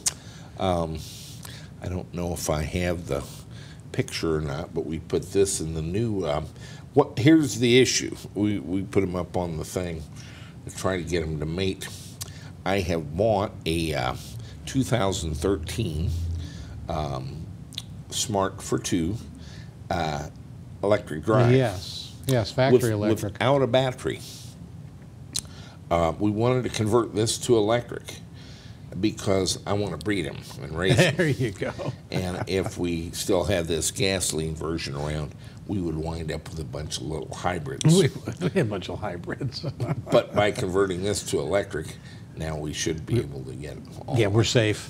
Yeah. So the other one is the 2013 Cabriolet, $28,750. I got it for $8,000 on eBay because it has no battery. I know, no battery. Guess what Smart wants for the battery? I couldn't imagine. $30,000. The price of the car? At more than the price. More than the price of the car. And Mark Bush called right in the middle of the show while we're working on this to explain this. And he explained it badly, but did agree to get us the BMS message IDs Oh, that's what you're on saying. the CAN bus so we could make our own battery pack. But then I've never heard Never further heard back him. from him. And I fear that it's they've been sending things furiously to Jack at EVTV.com.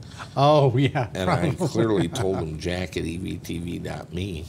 So, Mark, it's Jack at EVTV.me. That's right. They're supposed to send me this information. But the bottom line is no go. There's just, I'm 1 in a million. Oh, yeah. And it'll never come up again. Yeah, never come up again. And that I have a battery that's gone. Their battery hangs 3 inches off the road. Oops. I told him, you know, this is a discussion that I don't need to participate in, Mark. There's no point in me trying to convince you otherwise. I think you should just wear that until it dawns on you that I said no. Yeah, right. And this is a self-repairing myth system here. Yes. You're going to wind up with lots of people in this situation if you sell any cars at all. They sold 934 in the U.S. in 2013. Yeah, not a lot. And so they haven't done real well with the Smart ED. If I can get one, either a wrecked one or, you know, another one on eBay, where I can get the can. Yeah. I need the can. We need to codes sniff the can. That's right. for the BMS that's on there. Then we can make a battery pack out of the little Cam 80s or Cam 72s. Sure. And that car has 5,067 miles. I on it. know. It's And brand it's new. absolutely worthless because it has no battery, and you can't have one. You can't have one at any price. Really, I started to tell him, go ahead and send me one at 30,000, and decided why go through it. You know what's going to happen. Yeah. He'll say, well, let me get back to you. And then it would never You'll happen. never get one. No. Right. You're never going to get a battery. Not at 30,000, not at 100,000. They don't. They don't sell roll them that way. Yeah. And they rent you a battery as long as you already own it. Oh, that's generous. But their battery assurance program, $84 a month, is included in the lease. And the lease for the Cabriolet is $199 a month. That's For not the bad. coupe, $139. It's actually That's not pretty bad. good. Yeah. And it's a nice little car. Oh, Is it yeah. worth all that? Probably not. But we like these little cars because to demonstrate the door, 2/3 of the car is door. It is. It's awfully confusing. This is easier Big door. for me to get in and out of than the Tesla Model S. Recall, I got to sit down sideways, fold in my head, then bring in my feet. I just step into this and sit down. Yeah. It's that easy. That's nice. This has more room for me inside, and it's easier to get in and out of than a Tesla Model S. Yeah. And it's because of this enormous door.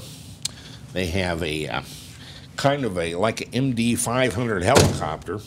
They have kind of an egg Yeah, they do have the egg. built to protect you. Yeah. And all the other pieces of the car are supposed to just shed. Yeah, just because come flying And, off.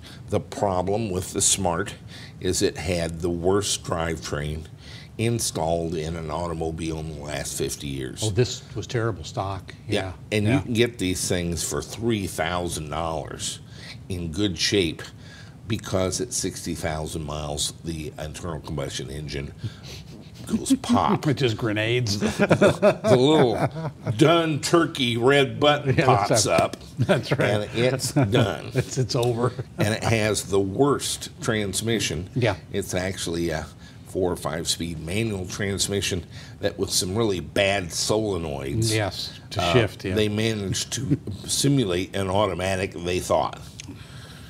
And it was a Didn't really happen. disaster. I know. And so this Mercedes-Benz car that they've spent $3 billion trying to get off the ground and haven't. Yes. And it's a nice little car. Like, in my view of cars, is they're all specialized devices. Mm-hmm. This is a specialized device. It's a city car. Yeah, great city car, sure. And you can park head in the space of the width of a regular car. It's easy to get in and out of.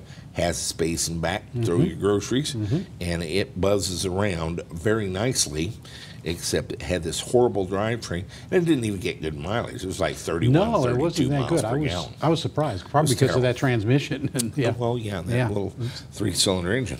Now you pull all that out and put an electric motor in. Hey, You don't need much of a motor. no. You don't need much of a controller, and you don't need much of a battery. And you got a great little car that buzzes around 40 or 50 mile range. Sure. Yeah. And Cool car. it's the EV in there has heat and air conditioning already in it. Yeah. And this one, we're going to be hard pressed to get either one. I know. We'll get something worked out, but it's going to be It's not a lot of interesting. room. Yeah. because of the room. Yeah. And so inside, we've got our Curtis Spyglass. We do. Yeah. Right up here on one of the pods. Yes. They've got a button down here that you can cycle through that, and a little port where we can hook in the controller to make changes. PRND, I think that's electric anyway, and it doesn't do anything. It doesn't do anything. No, I think they put us right in the center console. I think Right they put the behind it, switch. the Yeah. center console, is just a 3-way switch. Yeah. Perfect. Forward is forward, back is reverse, in the middle it doesn't do anything. It's just neutral. Yeah. Yeah. You've taken it out of the game. And it's kind of a hidden switch under the parking brake. Over here, they did put a J70 and 72, one of our David Kurzel billet aluminum ones, which in this application with all the black plastic one would have worked. But that's what we had in stock. That's how we roll. That's what we had. And one guy made a beautiful bracket for it, and then Paolo and Celso told him finally that it's going to be covered up with plastic. Yeah.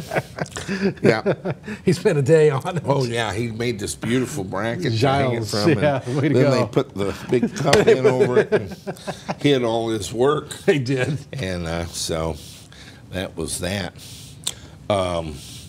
We have I don't know what size charger they put in there. It wouldn't take much. With about 7 kilowatts of.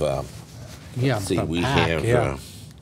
72 amp hours Yeah, 36 cells. Huh? at 120, 8,640 Yeah. watt hours. But what's this thing? What do you think it'll do? I'd say 150. Probably 150. That's 57 miles if we miss. Yeah. And we're 50 miles in Cape Girardeau or any little town like this. It's not bad. It's nice. It's overkill. Yeah, it's nice. It's overkill. It'll be the one electric car we have to charge daily. Yeah, right.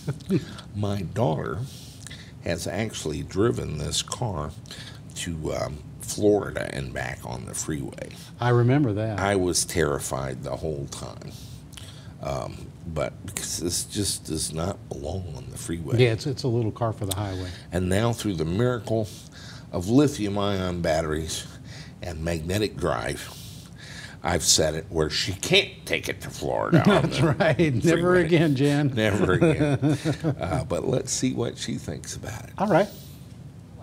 Hello to all you out there in EVTV land. I'm Jen Rickard. I am the offspring of electric vehicle guru Jack Rickard, and today I will be test driving the Smart car, which was part of a conversion project during the 2014 EVCON Conversion Convention, spearheaded by Kelso Minaya and Paulo Almeida from Lisbon, Portugal, along with 16 other individuals who attended the EVCON 2014. So let's get rolling and see how this bad boy performs.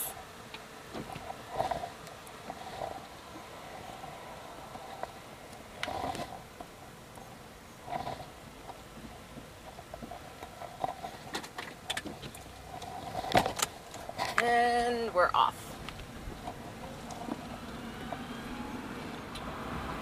Now, for any of you that was at the EVCON convention this year or prior years, there is a street that kind of goes, you know, across north-south, and it's called Sprigg. It's the one I'm on. You can pretty much go about 30 miles an hour on it at any given period in time, and this car, of course, seems to do fabulously within those parameters.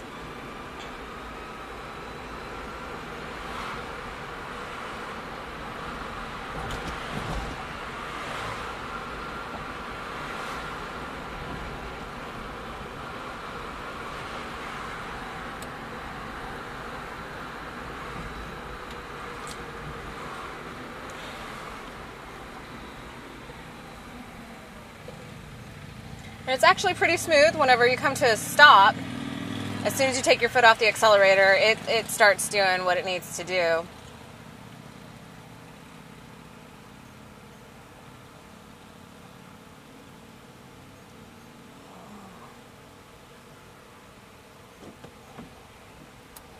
But in the meantime, as I'm driving along, let's check out what's on the radio. And if you're ever in Cape Girardeau, the radio station you need to be checking out is KRCU 90.9. That's the one I work for, the All Things Considered segment. I am the hippy-dippy weather girl, mostly, but you never know. It's a good experience.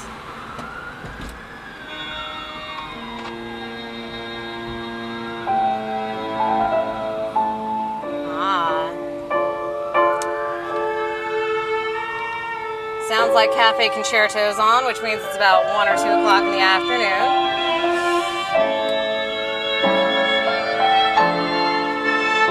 While I enjoy some classic... Somebody just ran their boat right into a pole.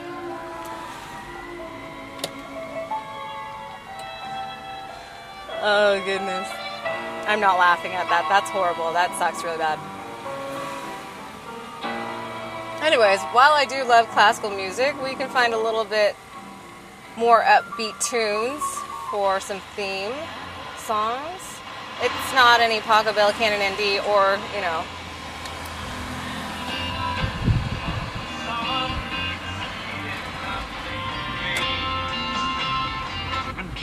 Lonesome Dove by any means, but we can make do. We can do better.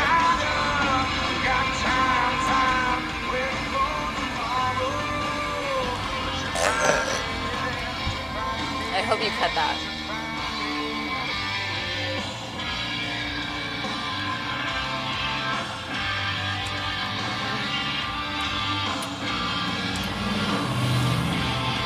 Oh, armrest.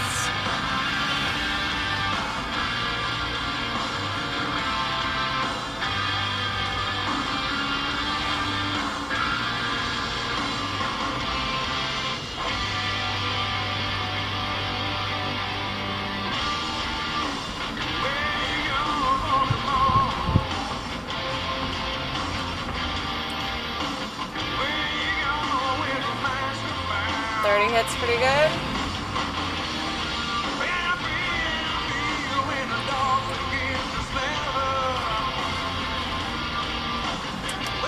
Goodness.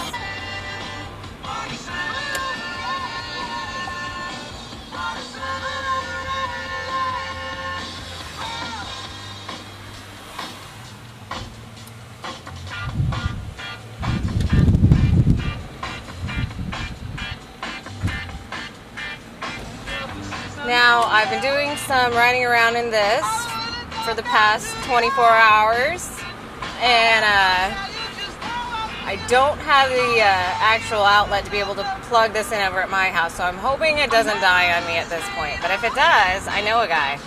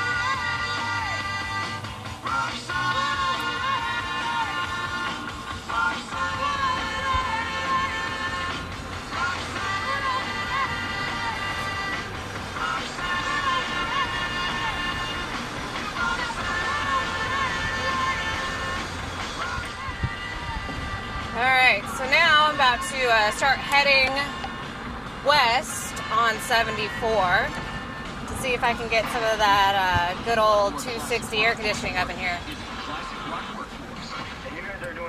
And speed limit is about 45 miles an hour. I'm going to push it a little bit to 55 and see how well we can ride along with that. 35, 45, and inching closer to 55. We're at 55 right now, folks, and it's going pretty good.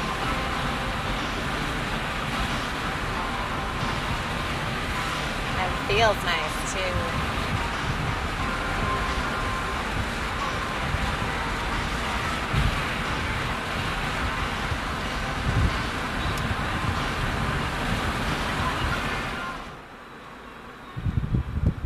You know, I think the only thing that could make an electric vehicle even better than they already kind of are at this period in time is one of those 3D replicators, so that way I can speak into it and say something like Earl Grey, hot. And then it would make me a little cup of tea.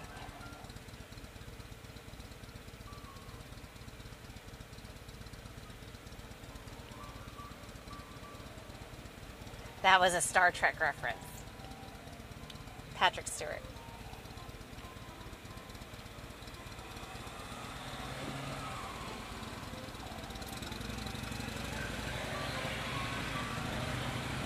Oh, Milton, Milton.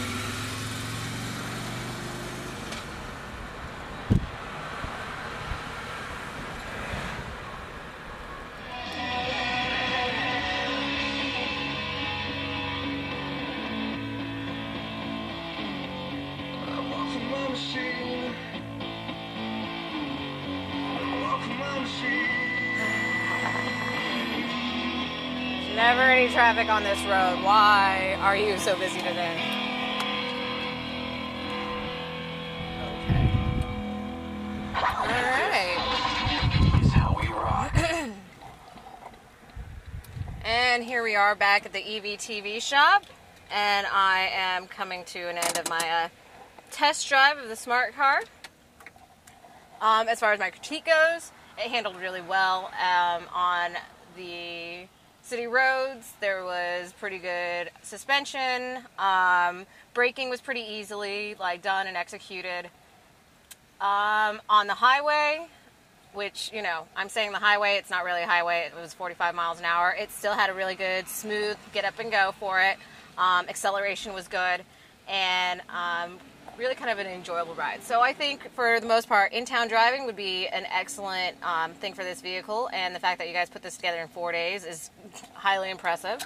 So as far as that goes, good job, guys. And I'm signing off, Jen Rickard, and good night to all of you out there in EVTV land.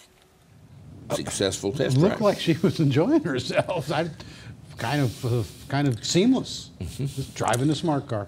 So good job, Kelso Manaya, Paul Almeida, and the rest of the build team. Way to go. Here's the problem, Rain. Problem with a lot of your ideas. What happens if they work? Well, we'd have to do them again. Well, no, see, you can't really do again. Yeah, I know. You got to cop it next time. I know we got to do something different. Now, how are we going to do that? Man, I don't know. It's going to be something. Well, we got a little time to think. I can't wait to see what you come up with. Thanks. I'll figure out something. If you got any ideas, please. you might throw the dog a bone That's there. right. 'Cause, Brian at evtv.me. that's where we're at. Stay with us. All right. It's got the daughter seal of approval. I saw that Paulo, Kelso, you passed the big test. Man, everyone that touched it did a great job, and Jen is now driving it, loving it, giving us a little report. That's so cool. Mm-hmm. You gotta love that. Yeah. The whole thing just She's, was beautiful. She actually drove that thing to Florida one time. I was just in terror. But it does not belong on the freeway. And thanks to Paulo and Kelso and Jason Arnold and all the guys All the that team, worked on yeah. it. She can't drive it to Florida now. She had to drive it on back roads where she could charge it every 50 miles or so. That solved that problem. Yeah. It'll be interesting to see how this plays out with the other Speedster. and the battery problem. Yeah, if we can get the Smart ED. And every time you say Smart ED, it makes me think of a Cialis commercial. Yes, right. I was laughing today when we were filming that, and it just makes, I broke out in laughter. That's what it was about. Yes, if your smart car drives 4 hours or more, That's right. please see Maybe you may have a professional. problem with electron flow. I should say. So that was it. So I understand you're a new world record holder. Yes, we held with the Speedster Redux, our original Speedster, with the Warp 9 and the Soliton. We held the 8th mile extreme street up to 197 volts, I think, record of 10.137 for the last year, since the last EVCON. We went out and did everything that we could legally to make it go faster, which was pretty much to lighten the car, take the passenger seat out, the bumpers. We didn't put a new throttle in, we're going to. And went out and broke the record with a 9.3, I believe 49. So we took 0.8 seconds off and went from 71 miles an hour to now 77 miles an hour. So if we could get it on a quarter mile, John Metric thinks that we might be in the 13. So we might be around what a new Camaro is doing in the quarter mile in that car. Yeah, I think so. What amazes me is you talk about a street car. Yes. Criminy, that thing's got 57 180s in it. It does. It weighs 2,400 pounds. This was harboring you, stuffing batteries stuff in batteries places. everywhere. I don't know that if something happens with the batteries, I don't know I can find all of them. I know. I don't remember where all of them are. Stuffed all over that car. It's porky. Yes. It's portly. It's not like Speedster Dad, my favorite. No, it's no. a heavy Speedster. Yes. But apparently that kind of helps it squat down and go. It runs hard. That car is hard, runs hard, very consistent. And where maybe a lighter one would break loose and spin the tires. This thing just squats down and hunches down the track like a scurrying, like some sort of furry beetle. That's right, like a scarab beetle. Boom, 9.3, well done. Thank you.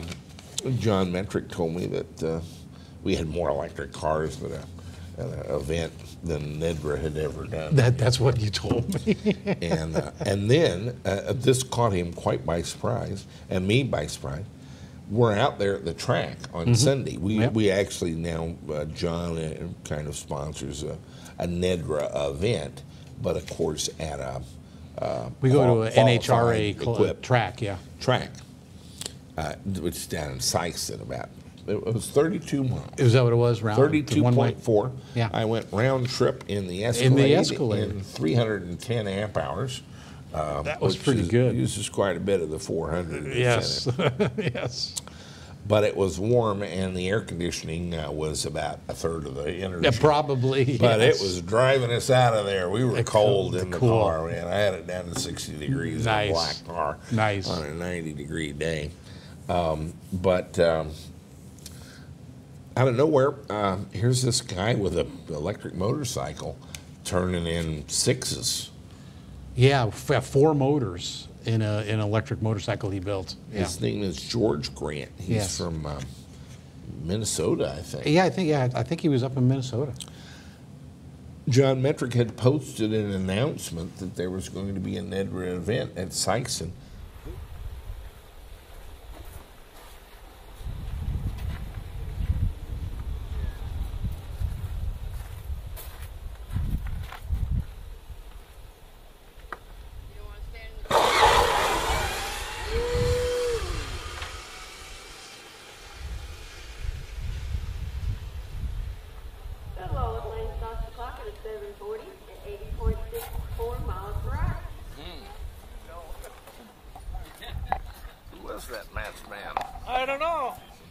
This guy drove down from Minnesota to go to this track event. Yeah, about 700 miles. And he said he's done that a couple of times, and there have been like 2 guys, or maybe nobody shows up. Yeah. But this is what he does, retired, and so he does it. And he showed up, and there we were, and we had quite a few. We had a good crowd down there. Including the world's fastest golf cart. We did have the world's fastest golf cart, and he was trying to break, what, 100 miles an hour and got to 99, I guess, was his... He had flipped that at one point. I'm going to show you the flip. And then a few of our runs down the oh, cool. thing. I think I've got you in your record setting thing. Right, now, nice. it's by different classes. And, yes. What weights and voltages and... Yeah, how much modification you've done. We're actually in one of the most highly modified classes, believe it or not, because we started with a kit car, and then it's our voltage. So we're extreme street. We're the most modified street car, and then our class, then by our voltage under 197 volts. And that's how they work. Most of the modified that we have is we modified it to run on electricity. That was really it. It looks like a normal 57 Speedster. It does. Most people can't tell it's not even an original. No. But yeah, we are at 192 volts. Yes. And so, like Scat, let's take a look at the world's fastest golf car. All right. Doing a turtle roll. Oh. And then some of our runs down at Dyno Raceway in Sykeston, Missouri. Be there. Be there Sunday, and we were. We were. Be there Sunday, Mid-America Raceway, Dyno Dums, a racetrack extravaganza and pizzeria. There you go. Take it away, Dyno.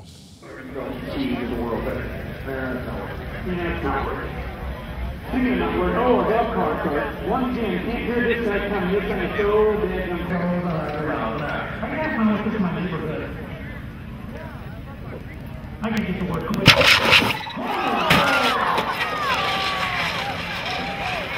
My God. That was fast. Yeah, he's doing some crazy launch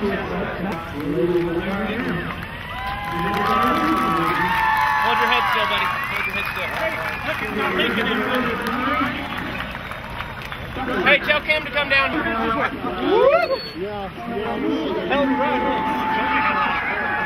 I told you it had the torque motor in it. I meant that it had...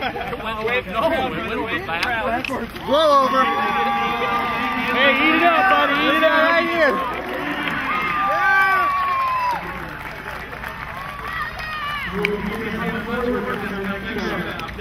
Part of that. Okay, he's on the right side of the track now. When he's on the other side, we can't even see him.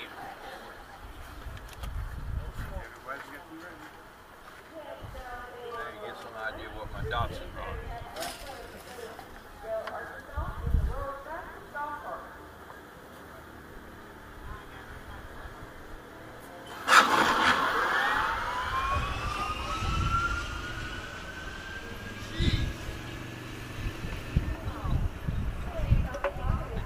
Out of beast. 88 Porter.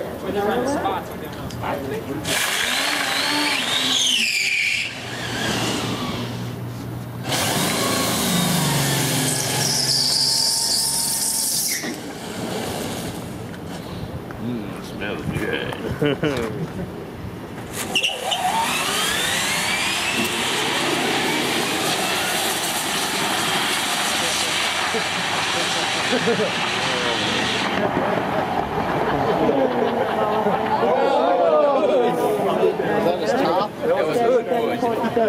Miles an hour.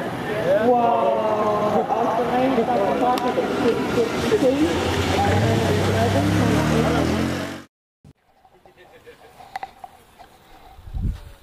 Well, he's in the wrong lane. We can't see him over there. Springfield, Arkansas, on the world's fastest golf cart.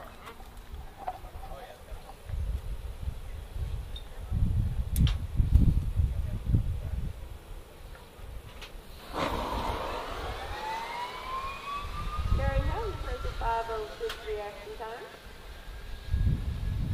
And stop the clock at a 7:22 at 88.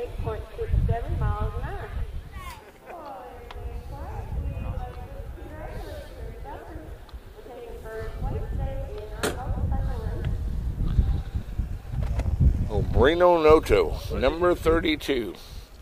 Oh, he's trying to get down in the 9s.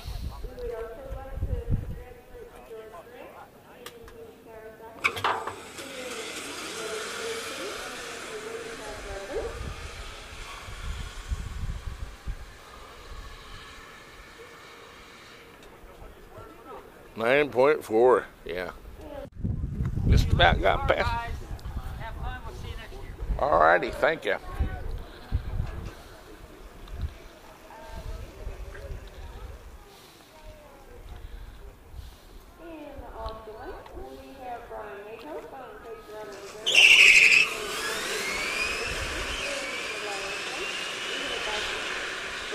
Brian's kicking his ass.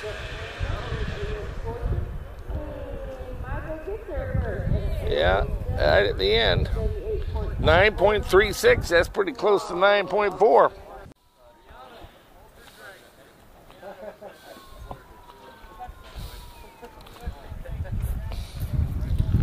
Shock therapy.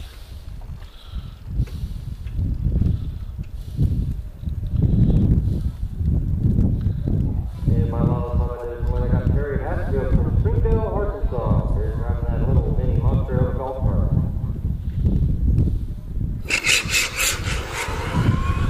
And he hit 100 mile an hour.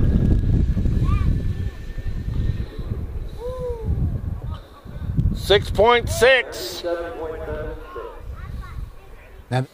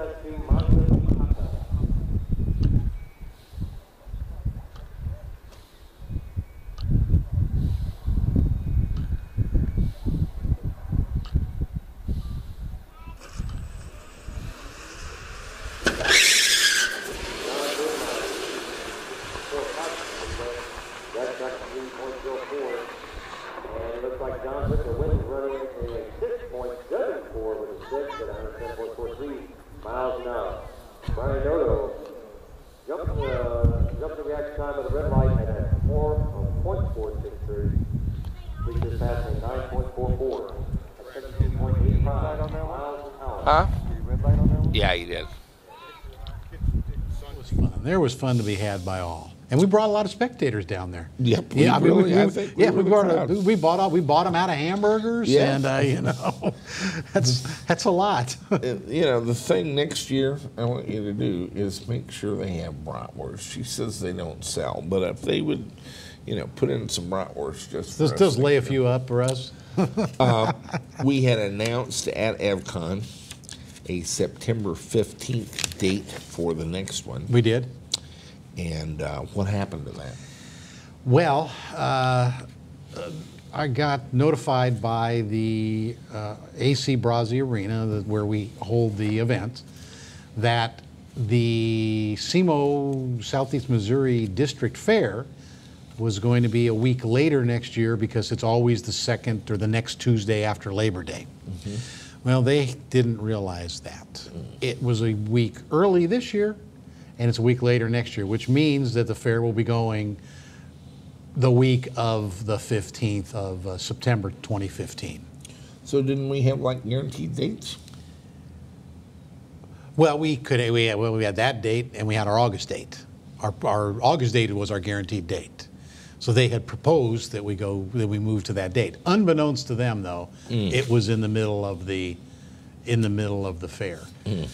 So I met with the Director of Parks and Recreation here in the city of Cape Girardeau, Julia Thompson, and she assured me that we would get a date in September, and within 10 minutes we had another date in September. It is the 29th of September. 29th of September. Through October 3rd. Through October 3rd. So any of you that, and I'll email everybody else that isn't watching this week to let you know, but we'll be in good weather, I hope. It should be a beautiful time. We have one little problem, and you know, I can be superstitious. The guy that's been with us all 4 years and really started this is Nick Smith. He has to be in Europe on September 30th for an event with his grandmother or somebody. Oh, man. And he thought our dates would work great, the 15th, because then he could go straight over. Oh, man. He would have to miss EVCON, I'm afraid, under these new dates. And that's going to bother me. Okay, well, maybe his grandmother will be in trouble. Maybe he'll miss that. Maybe have her come over here. Have her come over here. Tell her, sorry, EVCON was going on. I couldn't make it. Let's go Shanghai Granny. Bring her here. And we'll pay to move her here to Missouri. While he's on his way, he's going to have to come here. He's going to have to come here. 29th of September sounds very good to me, and here's why. We had a beautiful week last week. We did. No rain. It was in the 80s, sometimes the high 80s. I guess Sunday it got a little warm. This week, today, it's 96 degrees. Probably the hottest day of the summer was today. Today, yeah, and feeling very, very hot. It's humid here. It's hurting me. Yeah. We've been hiding here in the air. We have a little air-conditioned set area, and I've hardly left it today. That's right. We rolled the Smart in for the walk-around, if you could tell. My favorite time in Missouri is the first week of October. Cool, crisp, bright mornings, clear skies. The trees have turned and are usually at their best color. And just the first week of October is so pretty here. We'll probably actually weave in a drive out Bloomfield Road or something. Okay. You know, into the thing. Not a parade, but kind of a drive, so they can see how pretty the trees are at that time of year. Okay. Vermont just has better press people than we do. We actually have superior trees for color in the autumn. Yeah, I drove through last year, and I was just amazed at they were just spectacular. The leaves. Yeah. Well, that's my favorite week of the year is first week of October. Okay.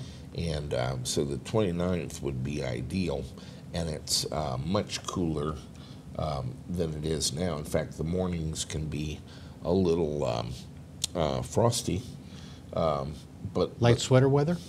Yeah, it's like a light jacket. What was the movie Clueless? Describe this is a Gallon of Beauty contest. Describe for us your perfect date. That's a tough one. I'd say April 14th. Light jacket.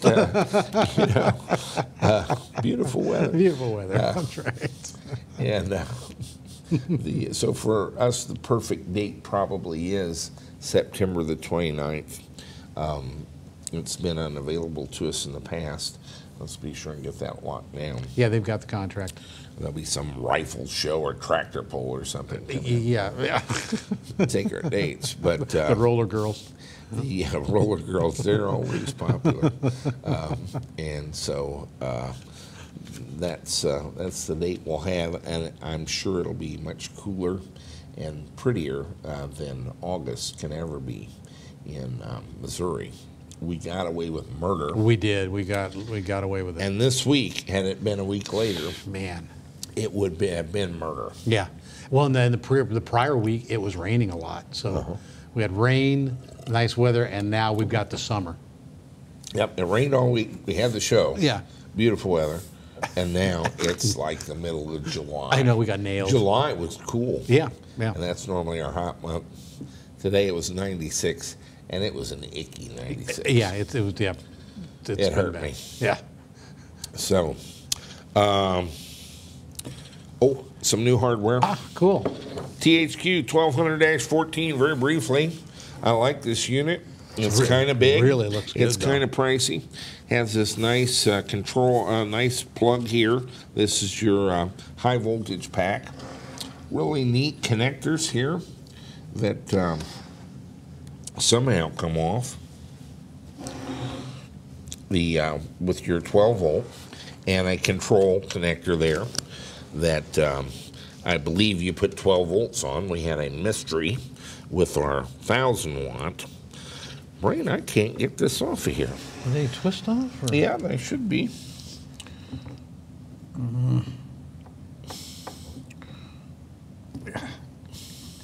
This is kind of blowing my video apart. Only Jesse knows. Only Jesse knows how to take them apart. Very stout. Yeah, obviously they're not going to come your flying off. 12 volt, and here is a control wire that you put 12 volts on to turn it on. This will do 85 amps at 14 volts. Okay. It's set for nice. about 13.2, I think. Okay, nice.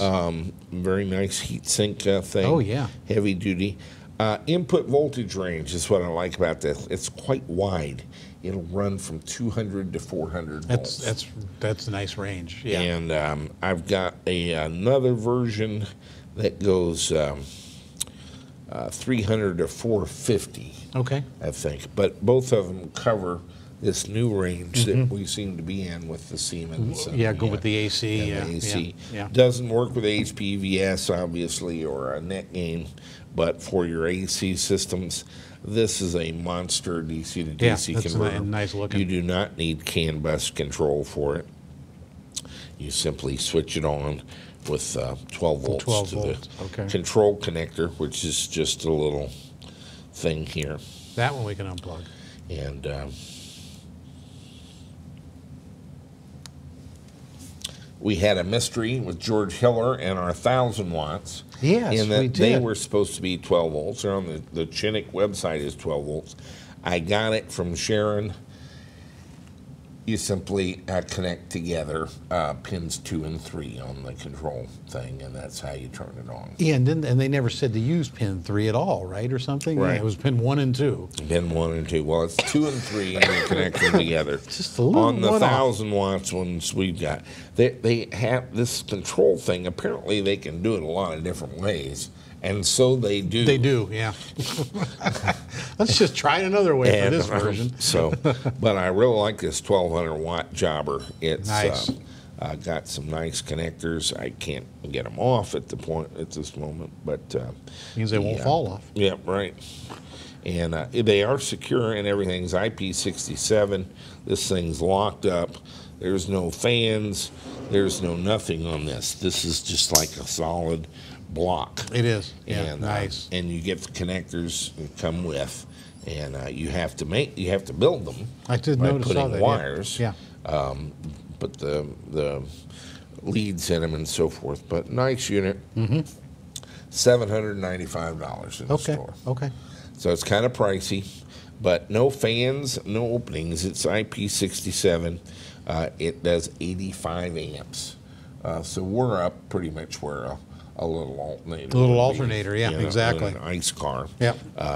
And 200 to 400 volts DC kind of covers Yeah, that's nice. what we're doing on Yeah. the AC side. So Yeah. I just got 10 of these in. I'm probably going to order some more if anybody cares about them. But kind of a monster 12 volt that'll do all your stuff. Yeah, that's pretty good. It'll run everything. That's where I need to be on the Escalade. I had to use some Vicor power supplies, kind Yeah, of specially yeah. wired. Yeah. And they're kind of open Yes. to the elements. Yeah, they're open. This is a sealed unit with nice heat sink and so forth.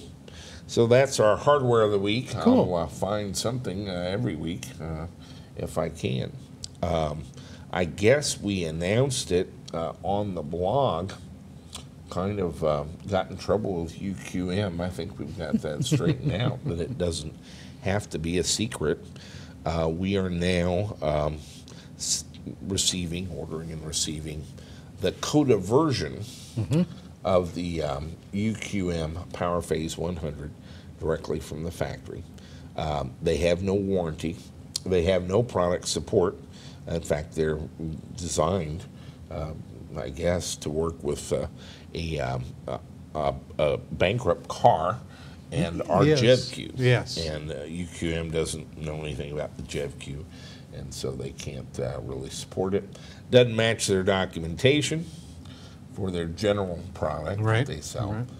For $12,000 or $15,000, you can get the whole package with the docs and the product support from them and the whole deal. We're selling them in the store at $8,500 for a motor and an inverter. That does not include the JevQ. No. And the reason is that some will choose to build the JevQ. Yeah, it's open source. And it is an open source hardware and software product.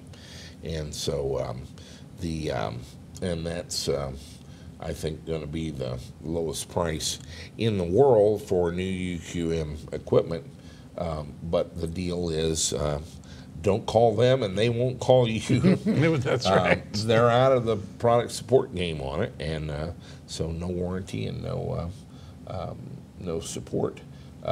But it doesn't matter. We've got it working with the generalized electric vehicle control unit, and you get a much richer set of features that you can control. Right.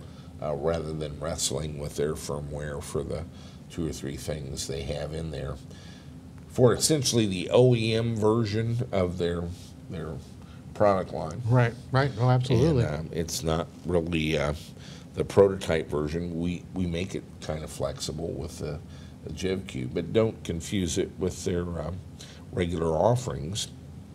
They're kind of concerned about our paths crossing here, but we'll just try to make it clear what this is. And it's, I think, a good deal for our viewers, but you have to be fairly knowledgeable and able to get support from the group and your own devices.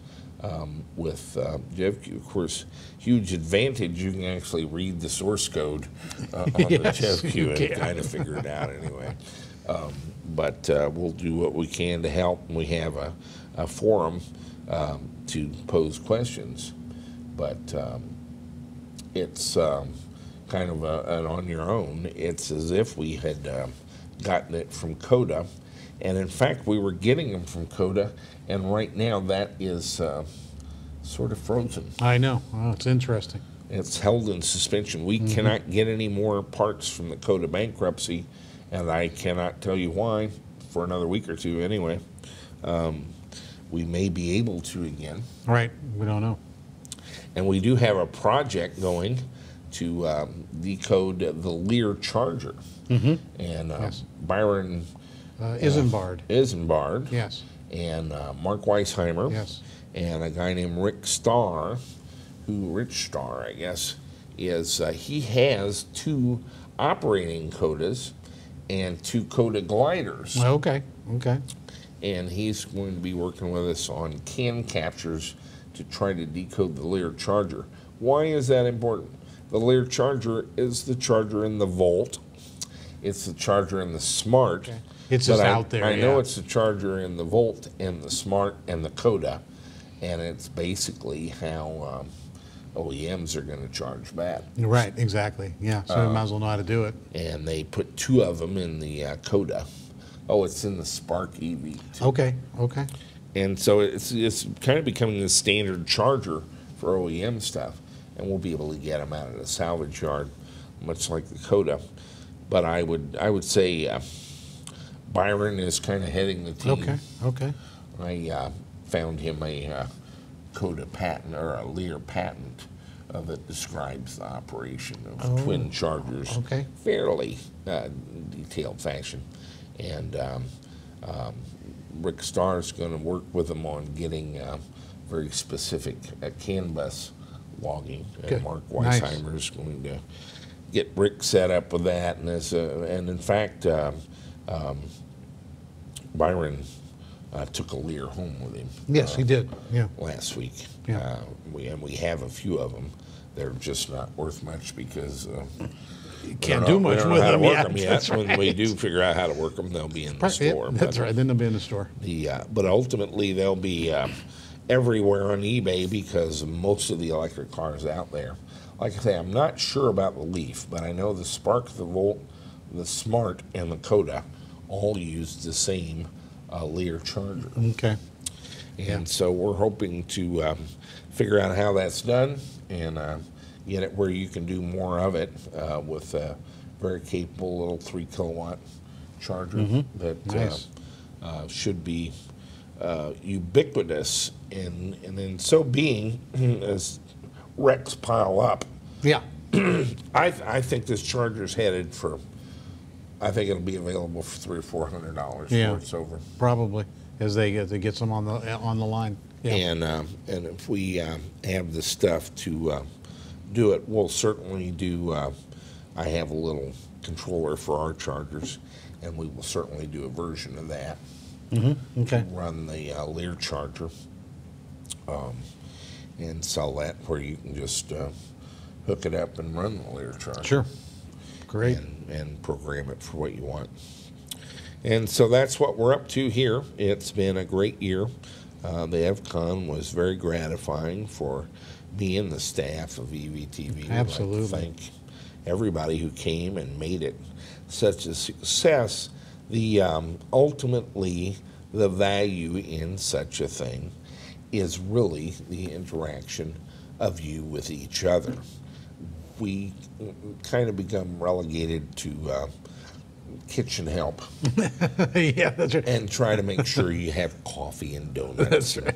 Once it's Beer going, and Yeah. whiskey and whatever else you food need. and things that you for get the tucked event. in at night. But you will find as you come, EVCON uniquely has emerged and is probably the largest one. Well, I found out that we had more attendees and more cars attending than the Tesla Motor Group had in their annual event. Oh, really? Yeah. Oh, okay. Just there to, you go. Just to put the dog on. Yeah. But that's not the point. The point is we had 36 cars and 36 essentially co-hosts. You go to the expense of bringing a car, you're helping us put on the event. We give them special shirts, though. We do. Shirts and hats and all types of recognition. But that's so you can, it's not so they'll do better with balloon animals. It's Right. It's because then the other attendees can match up the guy with a car Sure. easily. Yep. And there isn't any place in the world you can go see that number of vehicles with that diversity of builds, build techniques, drivetrains. They had one guy had 3 AC-35s and a titanium cogged belt system. He did. In a Porsche 911. Yes, and he has had one motor in that Porsche, 2 motors, 3 motors at this. He's up EVCON. to 3 motors. I'm looking for more from Michel Bertrand. How many more motors can you stuff in that thing? Right. We called it the Ford Tri-Motor. It was. And it did okay on the track, too, by the way. Yeah, it did. His cars always run hard. And so, but it's an opportunity to see those different kinds of build techniques. And then on track day, actually see how they perform. Right, see what happens. Yeah. I have to say, Brian Seymour showed up with a gorgeous Porsche 911, done to the nines, with his 35X2 Yes. Speedster. Beat him twice in the 8th mile. It happens. It happens. So, the good time was had by all. That's right. No, it was a blast. And everybody should come out. No, I mean, you get to compare motors and controllers and batteries and everything counts, and talk to the guy about why he did that, and then see it perform, and you can kind of put it all together. Without that opportunity, you're kind of a victim of what you read online. Yeah. And I got to tell you that it's of mixed value. Yes. At best, it's of mixed value. And so that's really the value of EVCON. is to compare build techniques. Right, everybody compare notes, absolutely. And up on real hardware with real people who've really done stuff instead of advocating things. Yeah. And being excited about things. These guys have built cars. They drive the cars. But poor Jason Horak drives the pee out of his little car. He does. He's got a little computer business. The guy puts 30,000 miles a year on this car. I know, his electric car. Just beats this thing to death, and any wonder it breaks on him. And he's got a little business going around fixing people's computers. Yep. And, I mean, this is what he does for a living, and that's the ride he does. That's his driver. That's his car. And it's changed the economics of doing it because he ain't buying no gas. Not buying gas. And so that's an interesting aspect of it. But the real value in EVCON, aside from this comparison, is the interaction they get. And at this point, we've had so many of the same people come back year after year. It's like a club. It's like an EV club, or EVTV club. They all know each other. They've got to be friends. So odd little I know. I don't know what to think about it. So anyway, stay with us, and we will return and talk next week.